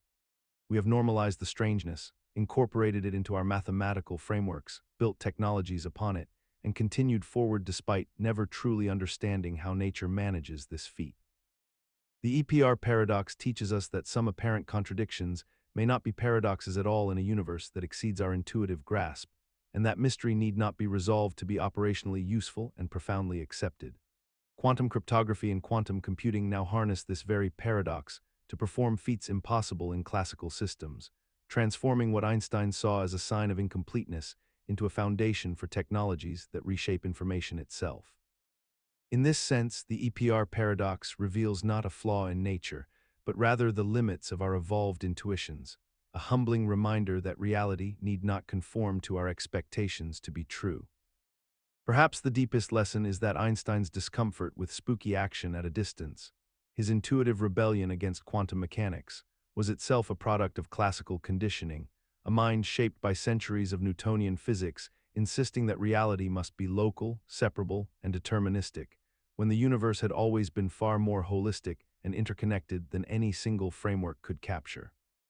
The very act of measuring quantum systems reveals that observation and reality are not separate domains, but deeply entangled partners in the dance of existence, suggesting that consciousness and cosmos may be woven together in ways we are only beginning to perceive.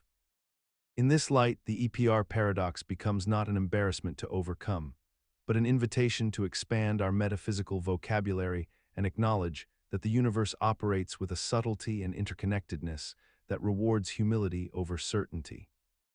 When we contemplate entangled photons synchronizing their polarizations across light years, or entangled electrons maintaining correlated spins despite separation, we witness nature's refusal to be confined by our categorical distinctions between here and there, past and future. A profound statement that the universe is fundamentally a unified whole expressing itself through apparently separate parts, each carrying within it the complete imprint of the other. Imagine standing before a black hole, that most extreme object in the universe where gravity becomes so intense that not even light can escape, and consider what happens to all the information contained within everything that falls inside. A star collapses into itself, carrying with it atoms and particles and complex structures, all bearing information about their composition and history and nature, and all of this vanishes beyond the event horizon into a region from which nothing returns, seemingly erasing from the universe forever all the details that once made that star what it was. For decades, physicists accepted this as inevitable, even natural, a fundamental truth about how reality works at its most extreme scales. Yet Stephen Hawking discovered something profoundly troubling that challenged this quiet acceptance. He found that black holes are not entirely black but instead emit radiation, slowly evaporating over immense timescales, and as they do so, they release energy back into the universe. The paradox emerges in the contradiction between two equally fundamental principles of modern physics. Quantum mechanics insists that information can never truly be destroyed, that the universe maintains a perfect record encoded in the quantum state of everything, that even if we cannot measure or access that information, it persists and in principle could be recovered. General relativity, describing gravity and black holes, seem to suggest the opposite, that information falling into a black hole is genuinely lost forever, violating the sacred principle that information conservation underlies all of physics. This contradiction became one of the deepest mysteries of theoretical physics, a fracture in our understanding of reality itself that suggested one of our most successful theories was fundamentally incomplete or wrong. The mechanism driving this paradox lies in the fundamental tension between how we understand small-scale quantum phenomena and large-scale gravitational phenomena. When we apply quantum mechanics to black holes, we find that they must have entropy, a measure of disorder in information content, proportional to their surface area rather than their volume, a revelation that suggests black holes are not three-dimensional objects in the way we intuitively imagine, but rather something far stranger. Yet the problem persists, because we do not yet possess a complete theory of quantum gravity that could tell us whether information is truly lost in black holes, or whether it somehow escapes encoded in the radiation Hawking discovered. Scientists have proposed numerous solutions over the decades, from the idea that information is scrambled so thoroughly within the black hole that recovering it would require processing more data than the universe contains, to exotic notions about parallel universes or fundamentally new physics at the smallest scales. Yet none of these solutions feels entirely satisfying or complete. What makes the information paradox so peculiar is that it remains an active frontier of theoretical physics, even as we continue to build our understanding of the universe around this unresolved contradiction, as though we have simply learned to live with a gap in the very foundation of reality itself, discussing it in conferences and papers while proceeding with research that assumes one of the two competing principles must somehow give way. Perhaps the deepest lesson of the information paradox is that it reveals the limits of our current framework, suggesting that the universe's true nature might require us to transcend the very categories, quantum and classical, information and entropy, inside and outside, that have structured our understanding for over a century. The resolution, when it finally arrives, may require us to abandon the notion that black holes are separate from the rest of the universe, revealing instead that reality operates according to principles we have yet to imagine, where the apparent destruction of information is merely transformation into forms we cannot yet perceive or measure. Imagine standing in a vast field on a perfectly clear night, looking upward at the stars scattered across the darkness of space, and consider a question that seems almost childishly simple, yet reveals something deeply unsettling about the nature of our universe. If the cosmos is infinite and filled with countless stars, why is the night sky dark at all? This is the essence of Olbers Paradox, named after the 19th century German astronomer Heinrich Olbers, though the question itself had troubled thinkers for centuries before him, whispered through the writings of medieval theologians and Renaissance astronomers who found themselves perplexed by this very dilemma. The paradox emerges from a logical chain of reasoning that appears almost unassailable. If we accept that the universe is infinite in extent, that it is filled with stars distributed throughout space in roughly uniform density, and that these stars emit light in all directions, then our line of sight in any direction, no matter how far we look, should eventually strike the surface of a star, meaning that every point in the night sky should be as bright as the surface of the sun itself. Yet this is manifestly not what we observe when we gaze upward into the darkness. The psychological mechanism at work here involves a profound disconnect between mathematical infinity and human intuition about the universe. For we can construct the logical argument with perfect clarity, following each step as though walking down a well-lit corridor, yet the conclusion it reaches contradicts our direct sensory experience in such a fundamental way that we are left suspended between the certainty of our reasoning and the certainty of our perception.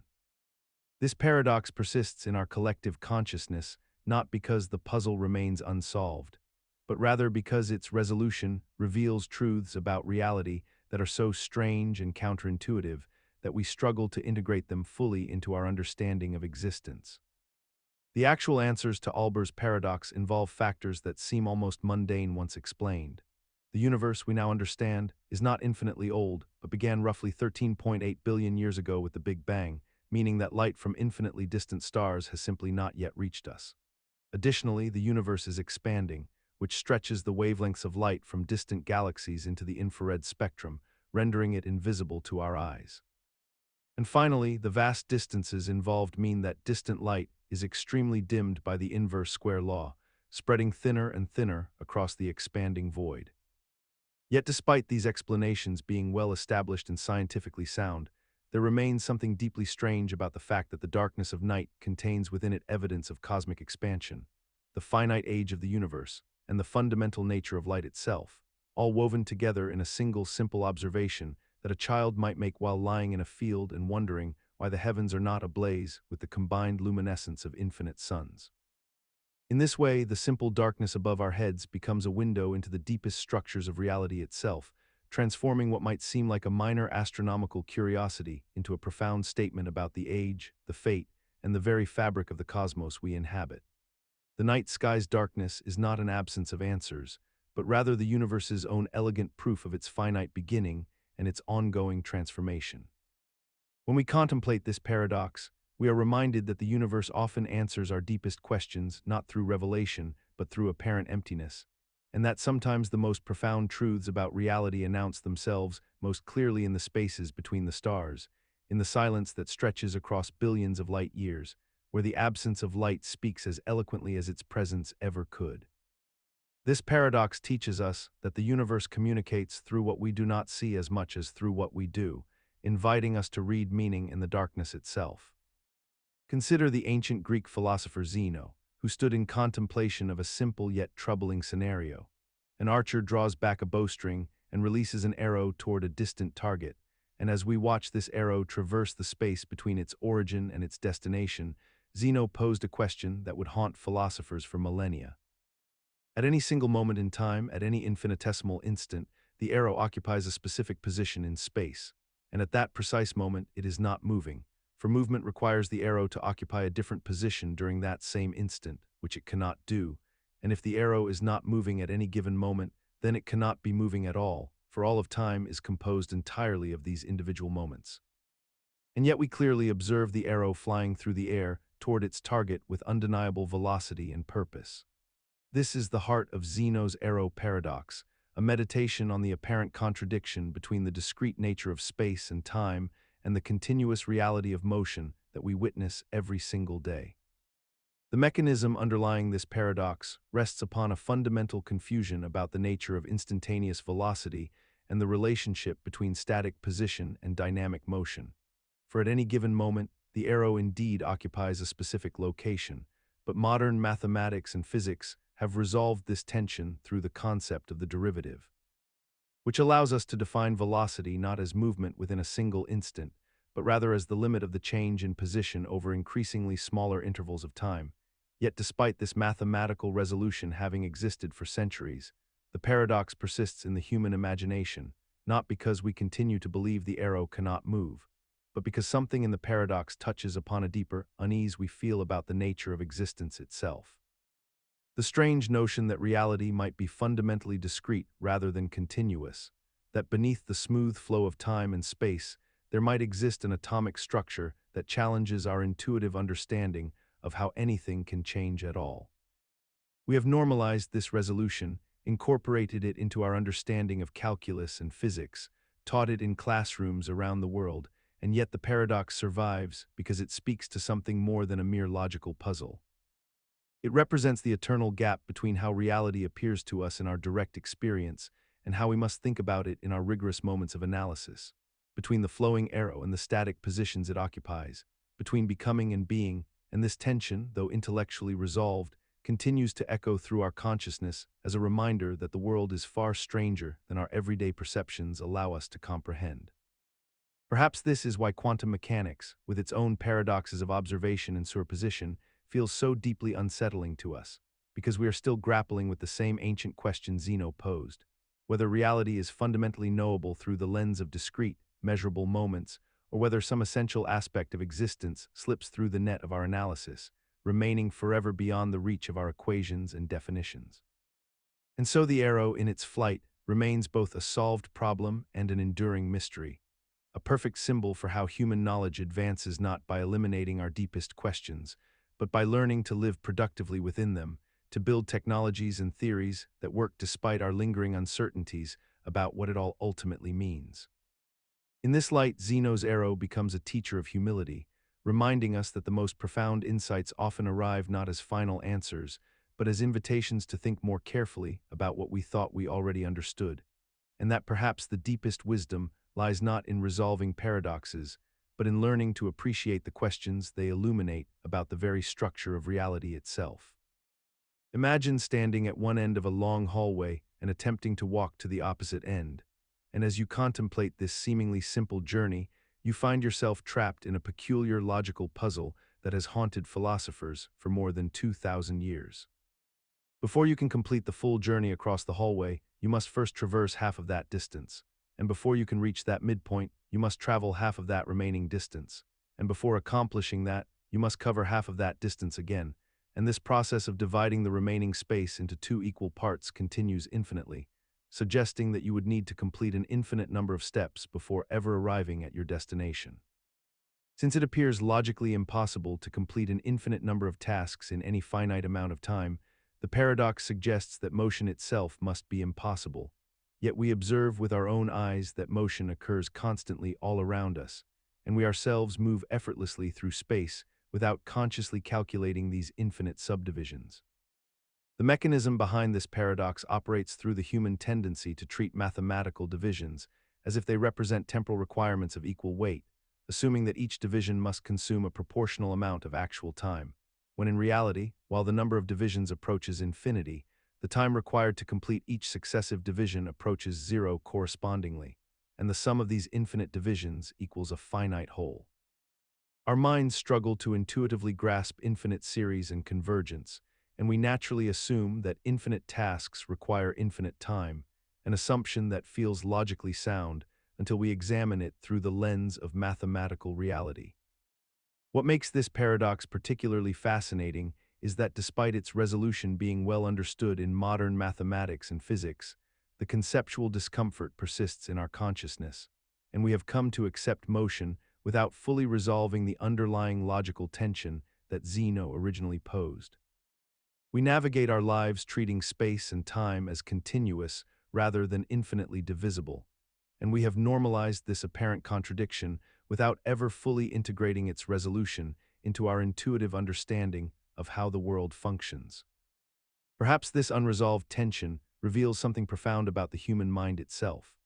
Our capacity to live comfortably within logical paradoxes, accepting practical reality while harboring theoretical doubts, suggests that intuition and mathematics operate in fundamentally different registers, and that the deepest truths about existence may require us to hold contradictory frameworks simultaneously rather than resolve them into singular coherent understanding.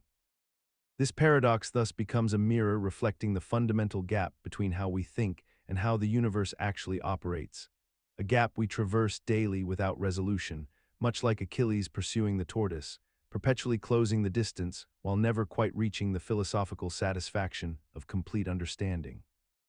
Yet perhaps this is precisely where Zeno's genius resides, not in proving motion impossible, but in revealing that the most fundamental aspects of reality resist our attempts to fully rationalize them, forcing us to acknowledge that lived experience and logical proof operate in separate domains, each valid in its own right, neither capable of dissolving the other into complete understanding.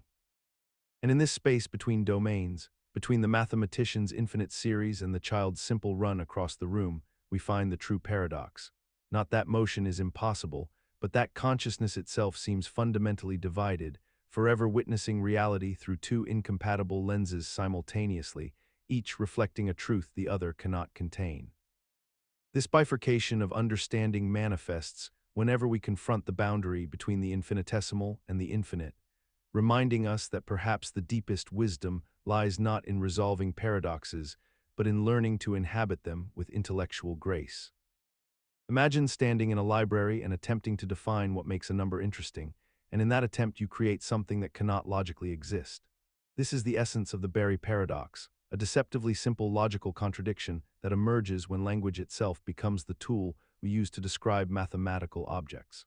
The paradox begins innocuously enough when we consider the English language and its capacity to describe numbers using finite sequences of words. Some numbers, we might say, have interesting properties that make them worth discussing. They might be prime or perfect or have some unusual relationship to other numbers. Other numbers seem utterly ordinary and unmemorable, lacking any distinguishing characteristics whatsoever. Now consider the smallest number that cannot be described in fewer than 20 words using the English language. This number certainly exists because there are only finitely many English phrases that contain fewer than 20 words, which means only finitely many numbers can be described using such short phrases. Eventually, we must reach a number too ordinary to describe succinctly. But here emerges the contradiction, because we have just described that number, the smallest number not describable in fewer than 20 words, using a phrase that contains far fewer than 20 words. The definition itself undermines its own logical premise, and we find ourselves caught in a loop where the description of an indescribable number becomes a description of it. What makes this paradox particularly fascinating is the way it illuminates the boundary between mathematical objects and linguistic descriptions, revealing that mathematics cannot be entirely separated from the language we use to communicate about it. The paradox persists in philosophy and logic courses not because mathematicians struggle to dismiss it, but because dismissing it requires careful thought about what we mean by definability, describability, and the relationship between symbols and the things they purport to represent. We tend to assume that mathematical reality exists independently of our ability to describe it, yet this paradox suggests that definition itself is a slippery process, one where the act of describing something changes its properties in ways we cannot easily predict or control. Most modern logicians resolve the Berry paradox by distinguishing between formal mathematical definitions and informal linguistic descriptions, arguing that the paradox arises from conflating these two different registers of meaning. When we restrict ourselves to precise mathematical language with clearly defined rules, the paradox dissolves because we have specific notation and axioms that govern what counts as a valid description. Yet in everyday discourse and informal reasoning, we continue to operate as though language can transparently capture mathematical reality, and in that space the paradox remains subtly present, a reminder that our words are never quite equal to the things they attempt to name. Perhaps this is why mathematicians ultimately prefer the austere beauty of formal systems, where meaning is constructed from axioms rather than borrowed from the ambiguous textures of natural language, a choice that trades some of our intuitive understanding for the safety of logical certainty. In this sense, the Berry paradox serves as a cautionary tale about the ambitions of language itself, a reminder that our most powerful tool for communication carries within it the seeds of its own contradiction, and that some truths about mathematical reality may simply lie beyond the reach of words alone. Yet even this formal resolution carries a cost. By abandoning natural language for symbolic rigor, we may gain logical safety, but lose the intuitive grasp of why certain numbers feel fundamentally strange or significant to us, suggesting that the paradox's real lesson lies not in solving it, but in accepting the permanent tension between mathematical truth and human expression.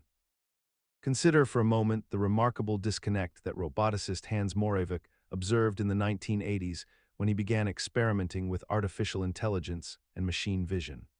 He noticed something deeply counterintuitive about the nature of cognitive difficulty, something that seemed to invert our common understanding of what should be easy and what should be hard. While computers could be programmed to play chess at grandmaster level, to solve complex mathematical equations, and to process vast amounts of abstract information with flawless precision, these same machines struggled dramatically with tasks that any 5-year-old child could accomplish without conscious thought. A robot could calculate the moves in a chess endgame across millions of possibilities, yet could not reliably walk across a room full of furniture without collision. A system could prove theorems in formal logic, yet could not recognize the face of its creator or understand the emotional content of a simple photograph. This became known as Moravec's paradox, and it reveals something profound about the nature of human intelligence and evolution. The mechanism underlying this paradox traces back through hundreds of millions of years of biological development. Our conscious, logical reasoning abilities, the faculties that allow us to contemplate abstract mathematics and philosophy, are evolutionarily recent acquisitions, appearing relatively late in our species' development as cortical structures became increasingly sophisticated. However, our sensory processing, our motor control, our ability to navigate physical space, recognize faces, and interpret social cues developed over vastly longer timescales through countless iterations of natural selection. These ancient systems, refined through millions of years of survival necessity, operate with such efficiency that we experience them as effortless, as requiring no mental effort whatsoever. We do not consciously think about how to balance while walking, how to process the three-dimensional geometry of our environment, or how to interpret the subtle expressions on another person's face. The computational complexity underlying these tasks is staggering, yet our brains handle it automatically and invisibly. Artificial intelligence, by contrast, began with the assumption that reasoning and logic were the highest and most difficult forms of cognition, and so researchers naturally focused on replicating those capabilities first. What proved surprisingly easy to implement computationally were the explicit rule-based systems that characterize human conscious thought. What has remained stubbornly difficult is replicating the implicit, embodied, evolutionary ancient systems that support perception and movement. As machines have become increasingly sophisticated over the decades since Moravec first articulated this paradox, the observation has only grown more pronounced and more humbling. We have created artificial intelligences that can translate between languages, diagnose diseases from medical imaging, and generate human-like text, yet we still struggle to create robots that can reliably fold laundry or navigate a crowded marketplace with the grace of a human toddler. The paradox persists because it reveals a fundamental truth about cognition itself, one that contradicts our intuitions about intelligence and difficulty. We have normalized this reversal so completely that we rarely pause to reflect on how strange it truly is that the things we find easiest are computationally the most challenging to replicate artificially. This inversion of difficulty suggests that intelligence itself may be far more diverse and multifaceted than our traditional hierarchies propose, that the embodied wisdom accumulated through evolution may represent a form of intelligence every bit as sophisticated as our celebrated powers of abstract reason, merely operating according to principles we have only begun to understand. Consider a seemingly simple question that has occupied the minds of logicians and epistemologists for decades. If there exists some unknown truth, some fact about the world that nobody currently knows, would it be possible in principle for someone to come to know it? The answer seems obviously affirmative, yet when we attempt to formalize this intuition within a rigorous logical framework, we discover ourselves trapped within a peculiar contradiction that reveals something deeply troubling about the relationship between knowledge, truth, and what can theoretically be known. This is Fitch's paradox, named after the logician Frederick Fitch, who first formally articulated it in 1945, though the tension it describes had existed in philosophical thought long before its precise mathematical formulation.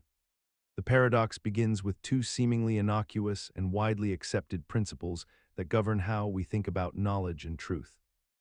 The first principle states that if something is true, then it is possible for someone to know it. We might call this the principle of knowability, the idea that no truth is fundamentally unknowable in principle. The second principle is even more basic. Whenever someone knows something, that thing must actually be true. Knowledge requires truth as a necessary condition. These two principles appear not merely reasonable, but almost tautological in their obviousness. Yet when we attempt to combine them with informal logic, applying them to the universe of all propositions, including those about what is and is not known, we arrive at a startling conclusion. There can be no unknown truths whatsoever. The logical demonstration proceeds with deceptive simplicity.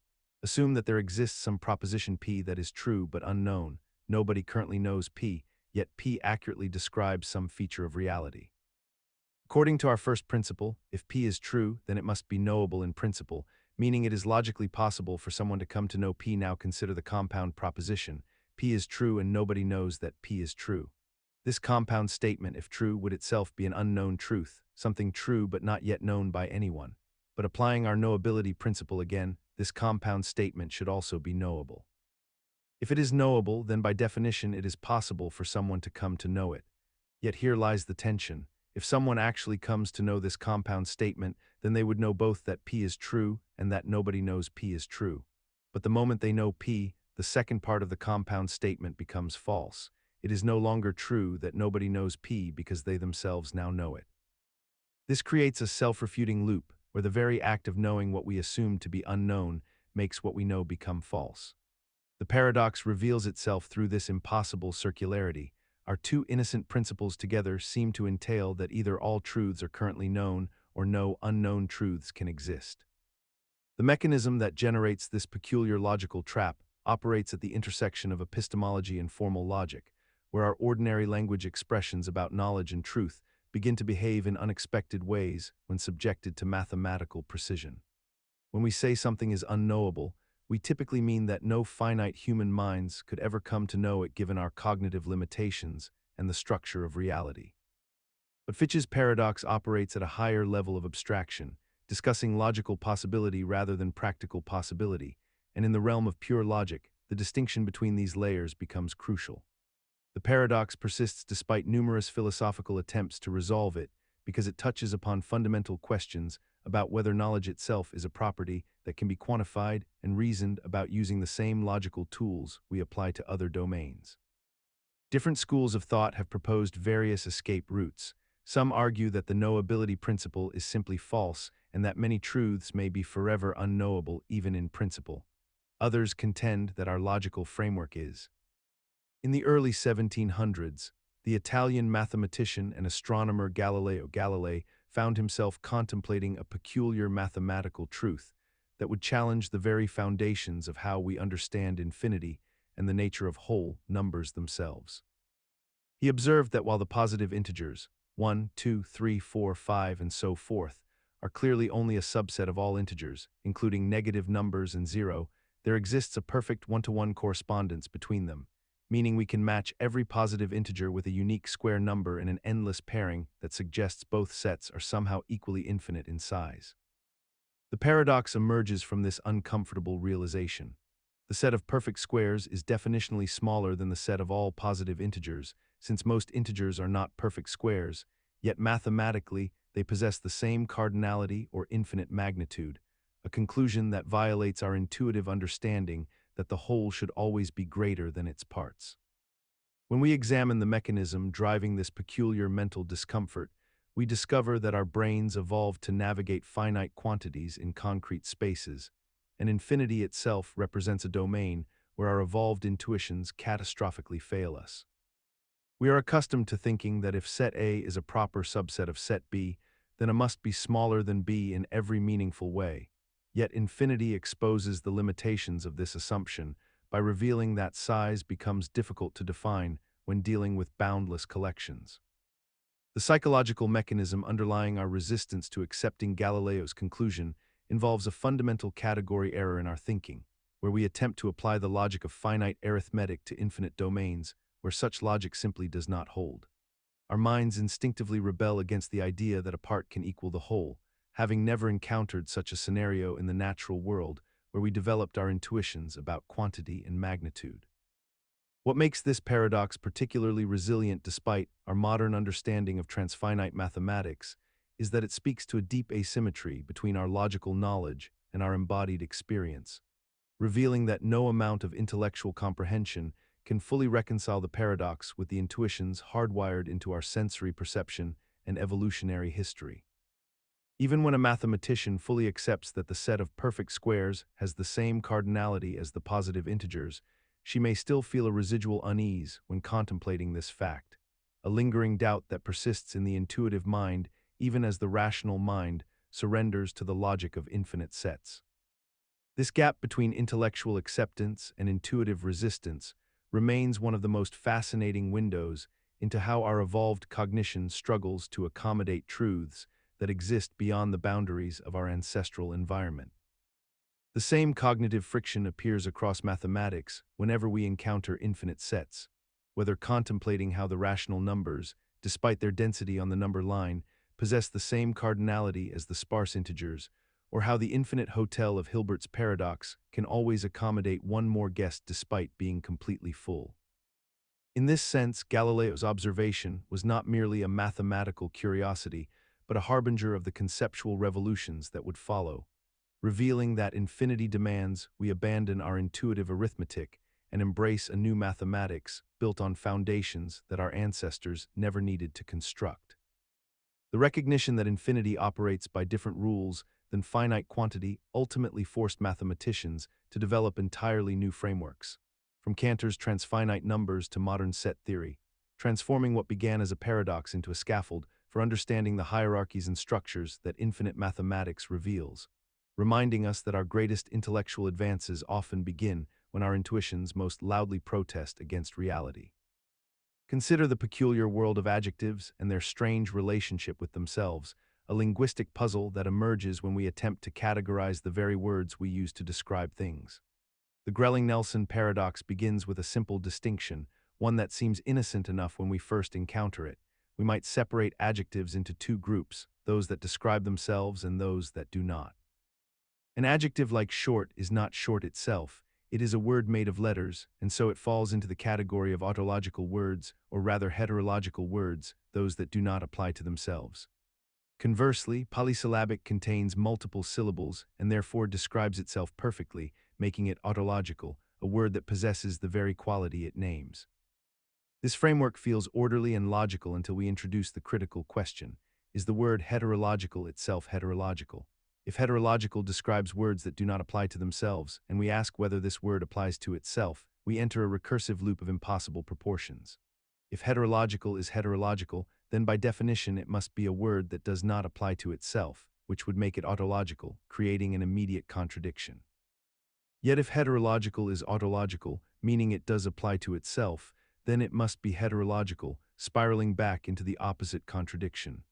We find ourselves chasing our own tails in a linguistic maze where every answer generates its opposite. The mechanism at work here involves our natural assumption that language operates within consistent categorical boundaries, that we can always determine whether something belongs to a set or does not belong to it, with no middle ground existing between these states.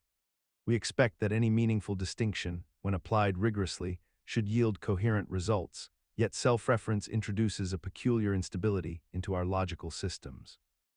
Words that talk about themselves occupy an unusual position in our linguistic universe, one where the normal rules seem to fracture under scrutiny. What strikes us most profoundly is how this paradox persists in our everyday use of language, despite being logically irresolvable, for we continue speaking and categorizing without acknowledging the hidden instability beneath our words. We use language to describe language itself, seemingly unaware that this very act contains the seeds of contradiction that the Grelling-Nelson Paradox makes explicit. Mathematicians and logicians have developed elaborate formal systems to avoid such contradictions, yet in natural language, we remain comfortably unaware of these abysses opening beneath our sentences. The paradox reveals something fundamental about the limits of self-description, the way that language cannot perfectly capture itself without generating logical impossibilities that challenge our most basic assumptions about how meaning and reference work in communication. Perhaps this is why paradoxes like Grelling-Nelson persist as more than mere logical curiosities. They serve as reminders that the map of language can never fully contain the territory it describes, and that some contradictions arise not from flawed thinking, but from the inherent reflexivity of a system trying to represent itself completely. In this light, the Grelling-Nelson paradox becomes not a flaw to be corrected, but an illuminating boundary marker, showing us precisely where the self-referential nature of language reaches its limits, and where our categorical systems must remain forever incomplete. This incompleteness is not a weakness of language itself, but rather evidence of its remarkable capacity to exceed any finite framework we might construct to contain it. Yet even in recognizing this incompleteness, we might wonder whether our very attempt to understand the paradox through language merely reproduces the problem anew, suggesting that some boundaries between the knowable and unknowable are not meant to be crossed, but rather explored for what they reveal about the architecture of thought itself. Imagine yourself standing at the edge of a river in ancient Egypt, watching a crocodile emerge from the murky waters with a child clutched between its powerful jaws, and a crocodile handler approaches you with a peculiar proposition that has haunted logical philosophers for centuries. He asks you to predict whether the crocodile will return the child or devour the child, and he promises that if you guess correctly, he will release the child unharmed, but if you guess incorrectly, he will kill the child regardless. The handler seems confident, almost smug, as though he has constructed a trap from which there is no escape, a paradox that defies the very laws of rational thought and decision-making. This scenario, known as the Crocodile Dilemma, represents one of the oldest recorded logical paradoxes in human history, appearing in ancient Greek texts and referenced in the works of Aristotle himself. And it continues to perplex our minds even in modern times because it creates a self-referential loop that seems to render any answer simultaneously true and false.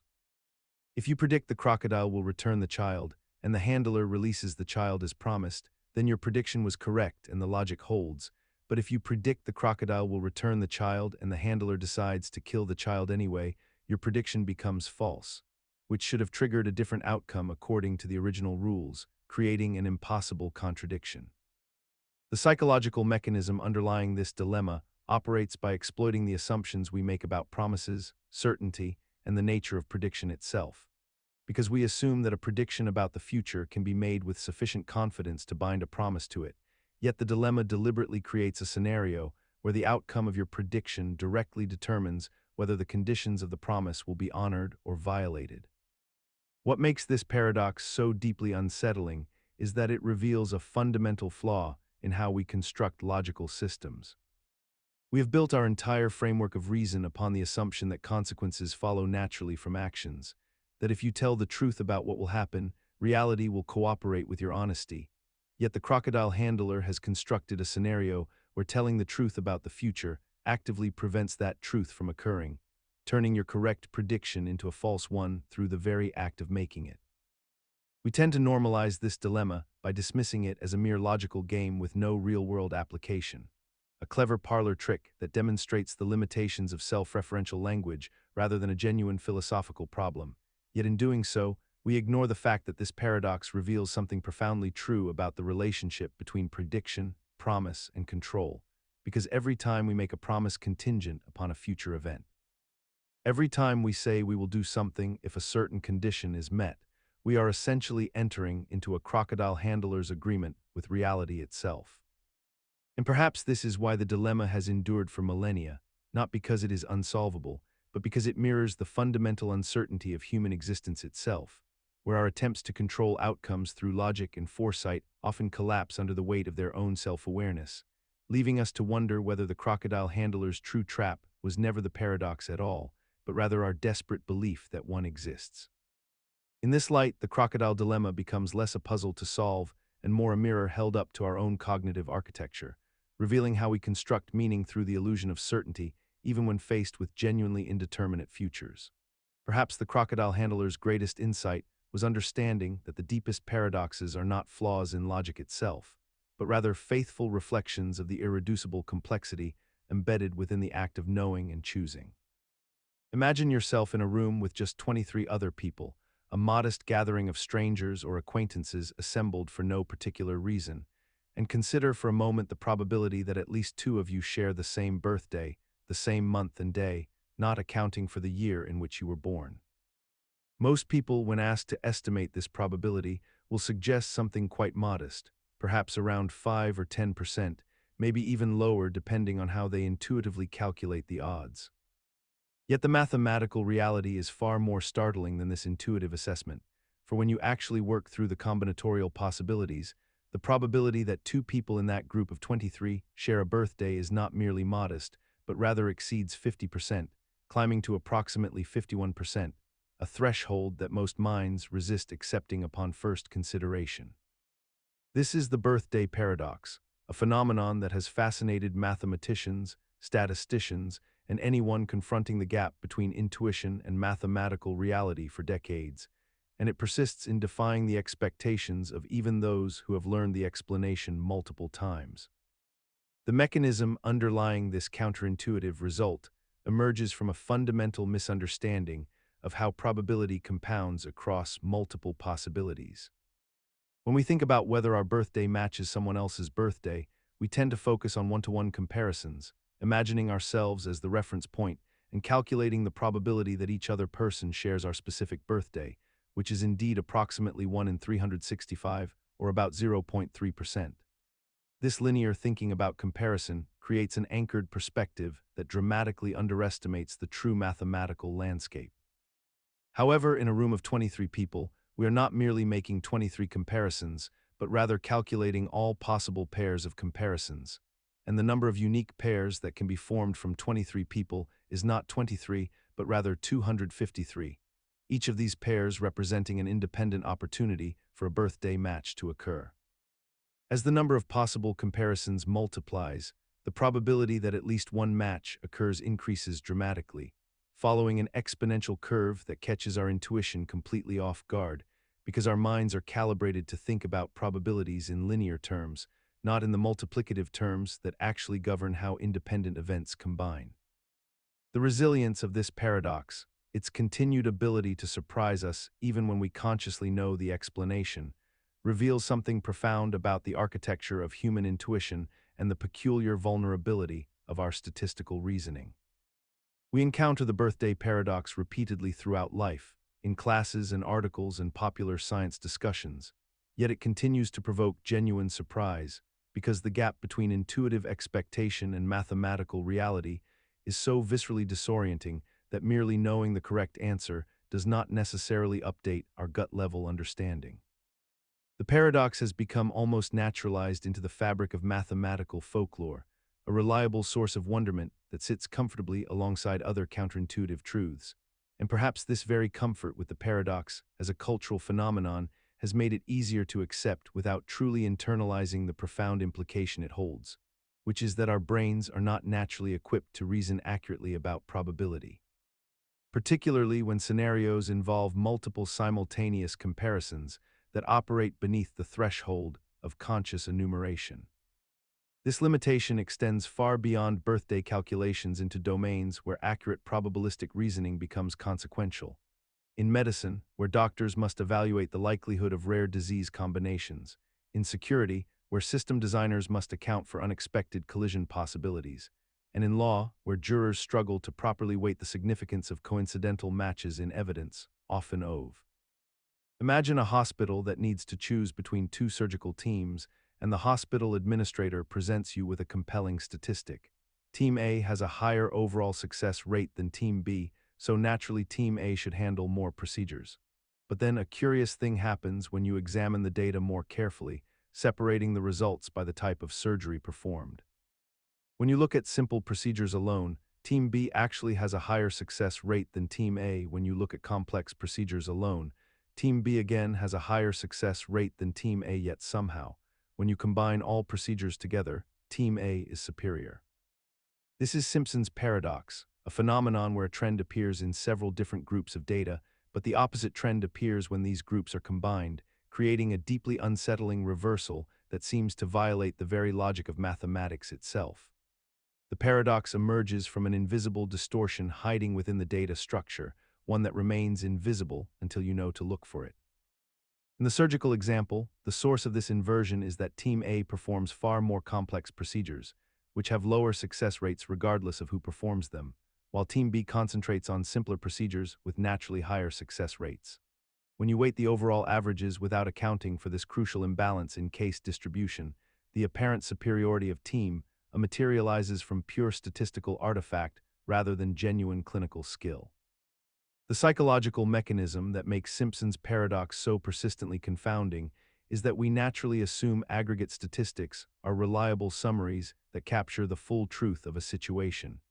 Yet aggregation itself can create mirages when the underlying compositions of the groups being compared are fundamentally different. Our intuition expects that if something is true in each individual category, it must be true when those categories are merged, but this is a deeply human expectation rather than a mathematical law.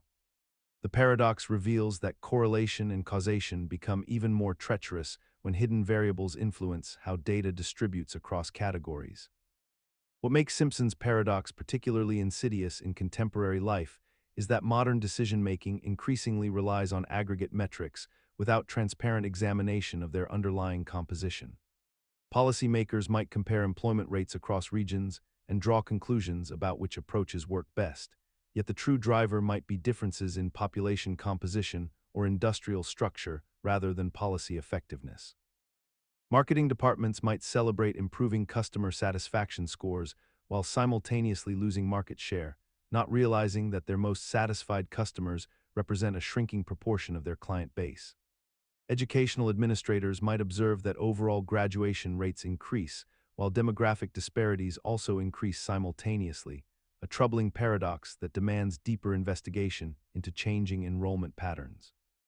We encounter Simpson's paradox whenever we trust summary statistics without interrogating the invisible architecture beneath them, and this particular intellectual pitfall persists because it feels mathematically impossible even after explanation, creating a kind of permanent cognitive friction around aggregated data that never quite resolves into comfortable understanding. This friction persists because Simpson's paradox represents a fundamental collision between how we naturally think about data as objective truth and how data actually behaves as a representation filtered through countless invisible structural choices about what to measure, how to categorize, and which populations to compare. The paradox thus becomes a cautionary tale about epistemic humility. The most important statistical insights often lie not in the numbers themselves, but in the questions we forgot to ask about why those numbers are shaped the way they are. Consider the peculiar situation that unfolds every time a major lottery drawing takes place, where millions of people purchase tickets despite knowing with absolute mathematical certainty that their individual chance of winning is vanishingly small, often less than 1 in 100 million. Each person who buys a ticket holds a rational belief that they personally will not win, yet simultaneously holds the belief that someone will win, creating what philosophers and logicians have identified as the lottery paradox, a fascinating contradiction that sits at the intersection of probability theory and rational decision-making. The paradox emerges because it seems perfectly reasonable for any individual ticket holder to believe they will lose, given the astronomical odds stacked against them. Yet if everyone rationally believes they will lose, then no one should rationally believe that anyone will win, which contradicts the mathematical fact that someone inevitably will. This paradox reveals something deeply troubling about how we apply logic to mass phenomena, because the inference rule that allows us to conclude something about a group from conclusions about individuals seems to break down entirely in this context. When we examine the psychological mechanisms at work, we find that human minds are remarkably adept at compartmentalizing contradictory beliefs, maintaining hope alongside skepticism through a kind of selective attention that focuses on the possibility of an outcome while simultaneously acknowledging its improbability. The ticket buyer performs a peculiar mental gymnastics, thinking not about their own specific odds, but rather engaging in a kind of aspirational reasoning where they imagine themselves as the winner, a cognitive shift that temporarily suspends their rational understanding of probability in favor of emotional possibility. We have normalized this contradiction so thoroughly in modern society that we scarcely recognize it as paradoxical at all, treating the lottery as entertainment rather than investment, thereby removing some of the logical pressure that would otherwise make the paradox feel unbearable.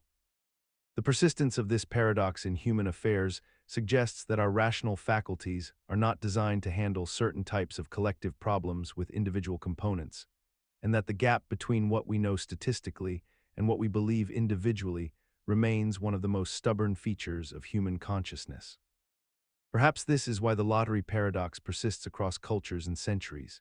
It reflects a fundamental truth about human rationality itself, that we are not unified calculating machines, but rather collections of competing drives, where the emotional need for hope and possibility will always find ways to coexist alongside mathematical certainty, making the paradox not a logical problem to be solved, but rather an enduring feature of what it means to be human.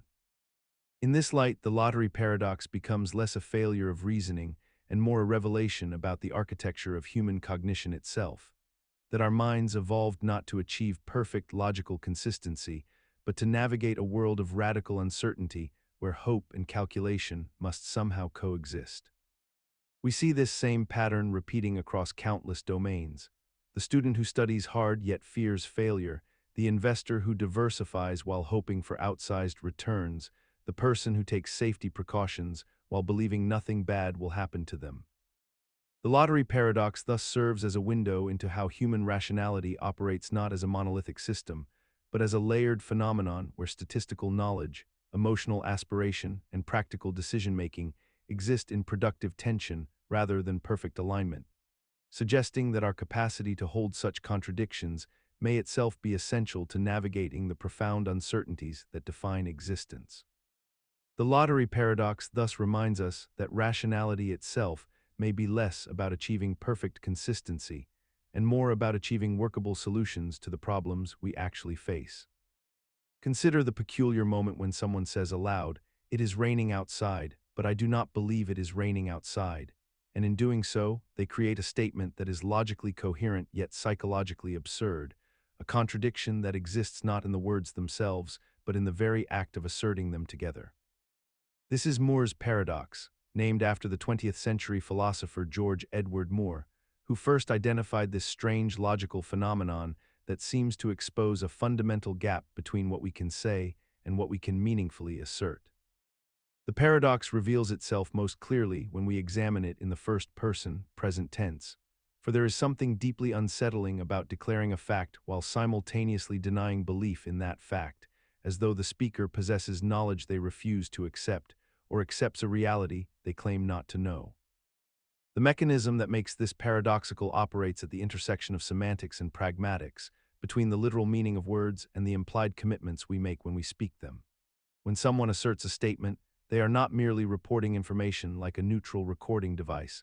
They are implicitly claiming to believe what they are saying, making a commitment to the truth of their utterance that goes beyond the propositional content itself. To assert something while denying belief in it violates this fundamental convention of speech, creating a performative contradiction where the act of speaking contradicts what is being spoken. The paradox becomes even more intriguing when we recognize that the first part of the statement, "It is raining outside," could be perfectly true, and the second part, "I do not believe it is raining outside," could also be perfectly true. Yet together they seem to express something impossible, something that cannot be coherently believed or asserted simultaneously. This reveals how our language operates on multiple levels at once, with explicit semantic content existing alongside implicit pragmatic signals about our mental states and commitments. Moore himself noted that while such statements contain no logical contradiction in the strict sense, they possess what might be called a logical absurdity, a performative incoherence that makes them virtually unassertable in ordinary discourse. We continue to live with this paradox embedded in our everyday communication, rarely noticing how deeply it shapes what we can meaningfully express, how it constrains the space of rational utterance, and how it reveals that assertion carries weight beyond mere information transmission, embedding within itself claims about our own epistemic states and our relationship to truth itself. When we consider how often we might unknowingly approach such contradictions, believing something while doubting whether we truly believe it, or knowing something while refusing to accept its implications, we begin to see that Moore's paradox is not merely an abstract curiosity, but a mirror held up to the fragile architecture of our own minds, revealing how consciousness itself sometimes harbors these strange internal divisions where knowledge and belief fail to align. Perhaps this is why the paradox troubles us so deeply. It exposes the possibility that the unified self we imagine ourselves to be is actually a kind of collaborative fiction, where different aspects of our mind can speak in contradiction, where assertion and belief can drift apart like continental plates, and where the very act of examining our own thoughts can fracture the certainty we thought we possessed. Yet perhaps this fracturing is not a flaw in the architecture of mind, but rather an essential feature, a necessary flexibility that allows us to hold multiple perspectives simultaneously, to question our own certainty, and to remain open to the possibility that what we believe today might require revision tomorrow, a capacity that, while it generates paradox, also generates wisdom. Consider the peculiar experience of reading an introduction to a book that has already begun, the curious phenomenon wherein an author writes preliminary remarks about a work that you are, in many cases, already in the process of consuming, creating a temporal and logical loop that shouldn't quite exist in the way that it does. The preface exists ostensibly to prepare you for what comes next, to frame your understanding and set expectations, yet by the time you are reading these preparatory words, you have often already turned past the title page, perhaps glimpsed the opening sentences of the actual narrative, and therefore find yourself in the strange position of being prepared for something you have already started. This happens with remarkable consistency across literature, from dense academic texts to novels of substantial length, where the author takes time to explain what you are about to read at the precise moment when you are no longer entirely ignorant of what that thing might be. The mechanism underlying this peculiar arrangement stems from our inherited publishing conventions, a system developed over centuries when reading was a more linear and sequential act, when books were presented as bound objects to be approached from front to back without deviation or preview, and where the preface served as a genuine threshold between the reader's prior knowledge and the contained world awaiting them. Yet in the modern context, where we often sample the opening, read reviews, encounter excerpts online, and perhaps even flip through the pages before committing to purchase or borrowing, the preface has become something of an anachronism, a ghost of necessity that persists in form even as its functional purpose has largely evaporated. What makes this phenomenon particularly striking is how thoroughly normalized it has become, how we simply accept that an author will interrupt the beginning of their work to tell us what that work is about, accepting this structural redundancy without question or irritation, treating it as a natural and expected part of the reading experience rather than recognizing it for the temporal impossibility that it fundamentally is. We have built an entire apparatus around this paradox, with publishers, editors, and authors collaborating to maintain a convention that serves primarily to assert authority and provide context in a world where context has become abundantly available through other means. And yet we continue this ritual with such consistency that most readers never pause to consider how strange it actually is to be introduced to something already in progress. Perhaps the true paradox lies not in the preface itself, but in our collective agreement to pretend that the temporal impossibility does not exist, to maintain the fiction that we arrive at these introductory words as blank slates despite all evidence to the contrary. and in doing so we participate in a kind of shared delusion that has become so comfortable that questioning it feels almost like a breach of etiquette. Yet perhaps this delusion itself serves a purpose, offering authors a final opportunity to establish intimacy with their readers before the narrative fully claims them, a moment of direct address that feels increasingly rare in an age of algorithmic mediation and fragmented attention, making the preface less a practical guide and more a ceremonial handshake between writer and reader. A gesture whose value lies not in its utility, but in its affirmation that someone intentionally crafted these words specifically for you. In this light, the preface becomes less an explanation and more an incantation, a ritualistic acknowledgement that despite all our modern conveniences and shortcuts, we still crave that moment of human connection before surrendering ourselves to the author's constructed world, still want to be chosen and addressed directly even as we rush past these introductory pages toward the narrative that truly awaits us. Imagine a democratic society where three voters must decide between three candidates.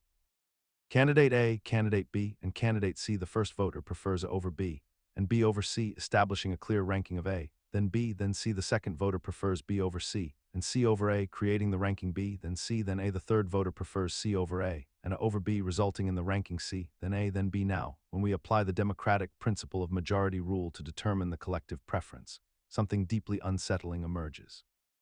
If we ask which candidate the group prefers between A and B, two voters choose A over B, so A wins that comparison. If we ask which candidate the group prefers between B and C, two voters choose B over C, so B wins that comparison. By simple logical transitivity, we should expect that A is preferred over C, yet when we conduct the direct comparison, two voters actually prefer C over A, making C the winner.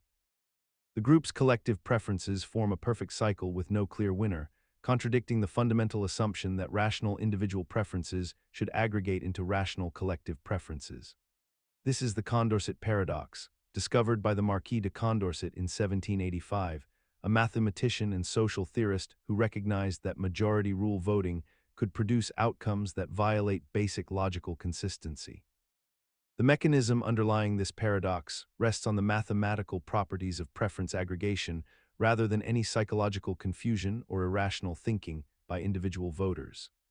Each voter maintains perfectly rational, transitive preferences within their own mind, yet when these individual preferences are combined through majority voting, the result becomes intransitive at the collective level. This occurs because voting operates on pairwise comparisons, and the structure of how different voters rank different alternatives can create these cyclical patterns that no amount of careful deliberation by individuals can prevent. The paradox reveals that democracy itself, in its purest majority rule form, contains a fundamental logical flaw that cannot be resolved through better education or clearer information. Despite this discovery more than 2 centuries ago, democratic societies have largely normalized this problem and continue operating as though it does not exist. We accept that democratic decisions may be arbitrary or unstable, attributing outcomes to campaign effectiveness, voter engagement, or political circumstances, rarely acknowledging that the mathematical structure of majority voting makes some degree of illogical collective choice inevitable. Scholars and political theorists have developed various workarounds and amendments to voting systems, yet the core paradox remains, quietly embedded in every democratic process where 3 or more options exist, and voters must decide through majority rule, a ghostly logical contradiction that persists in plain sight. Perhaps most troubling is that this paradox suggests democracy cannot guarantee that the will of the people, however expressed, truly reflects any coherent collective intention, only that it reflects the mechanical output of a particular voting procedure, a distinction most citizens and elected officials never pause to consider. When a legislature votes on 3 competing policy proposals in sequence, the final law that passes may represent the preference of no actual majority, a situation that occurs with disturbing regularity yet remains invisible to the public watching the vote tallies. This means that democratic legitimacy, that precious justification for why citizens should obey laws created through majority processes, rests partly on an illusion, the illusion that the outcome represents what the people actually want, when mathematics suggests something far more ambiguous occurred. Yet understanding this paradox need not lead to despair about democracy itself, but rather to humility about what voting can and cannot accomplish, and to recognition that the legitimacy of democratic decisions may rest less on mathematical perfection than on the processes of.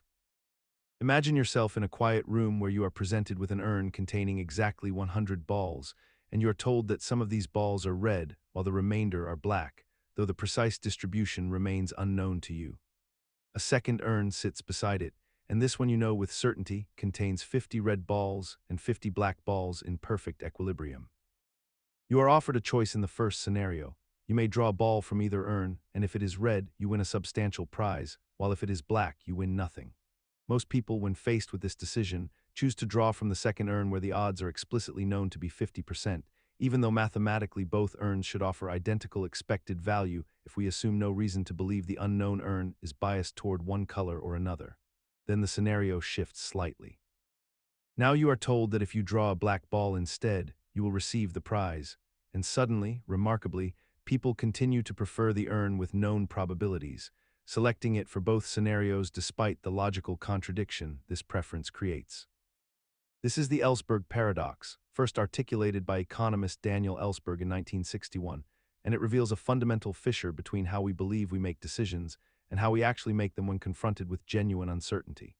The mechanism underlying this paradox is what psychologists call ambiguity aversion, a deep-seated human preference for known risks over unknown ones, even when the unknown risks carry no rational basis for being feared more intensely. When we can precisely calculate the probability of an outcome, our minds feel more secure, more in control, even though that sense of control is largely illusory. The unknown distribution of balls in the first urn creates what we might call epistemic anxiety, an uncomfortable psychological state that emerges not from the actual danger but from our inability to quantify it, and we will reliably choose the quantifiable risk even when it offers no mathematical advantage. What makes the Ellsberg paradox so profound is that it exposes a contradiction in how we apply our own stated principles of rational decision-making. According to expected utility theory, we should be indifferent between the urns, yet we are not, and this preference persists even after we understand the mathematics perfectly. We continue to live in a world where ambiguity aversion shapes enormous decisions in finance, medicine, and public policy, where known statistics comfort us even when they should not, where we avoid investments in emerging markets not because the data suggests they are worse, but because our knowledge about them feels incomplete. The paradox has never been truly resolved because it points to something unchangeable about human cognition itself, our need to domesticate uncertainty through quantification, and our willingness to accept worse outcomes if only they arrive with clear numerical probability attached. This cognitive architecture, forged over millennia when our ancestors faced tangible predators rather than probabilistic abstractions, remains stubbornly resistant to rational correction, suggesting that the Ellsberg paradox is less a puzzle to be solved than a permanent feature of the human relationship with risk itself.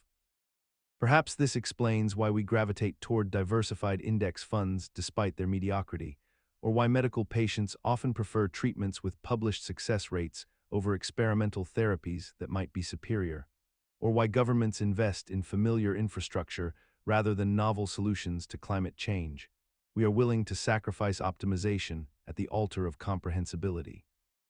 The irony is that this very preference for clarity often leaves us vulnerable to confident charlatans who offer false certainty over honest uncertainty, making ambiguity aversion not merely a cognitive quirk, but a potential liability in a world where the most important questions about technological disruption, ecological collapse, or social change resist the neat probability distributions we crave.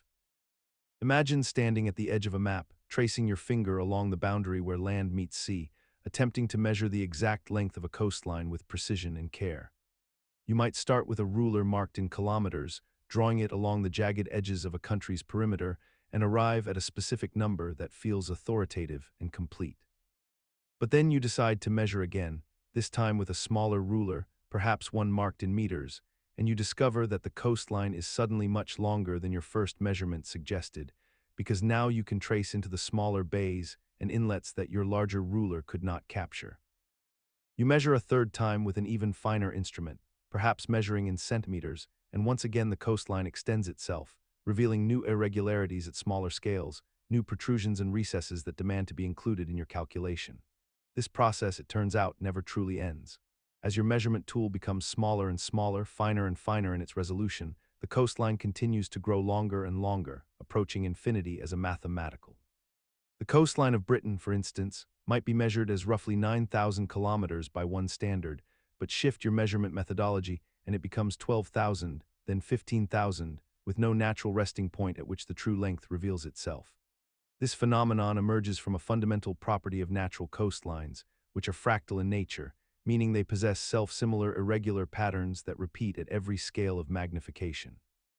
Unlike the smooth, mathematically simple curves that exist in pure geometry, coastlines are rough and convoluted and eternally detailed, never settling into a final, definitive measurement no matter how precisely you attempt to quantify them.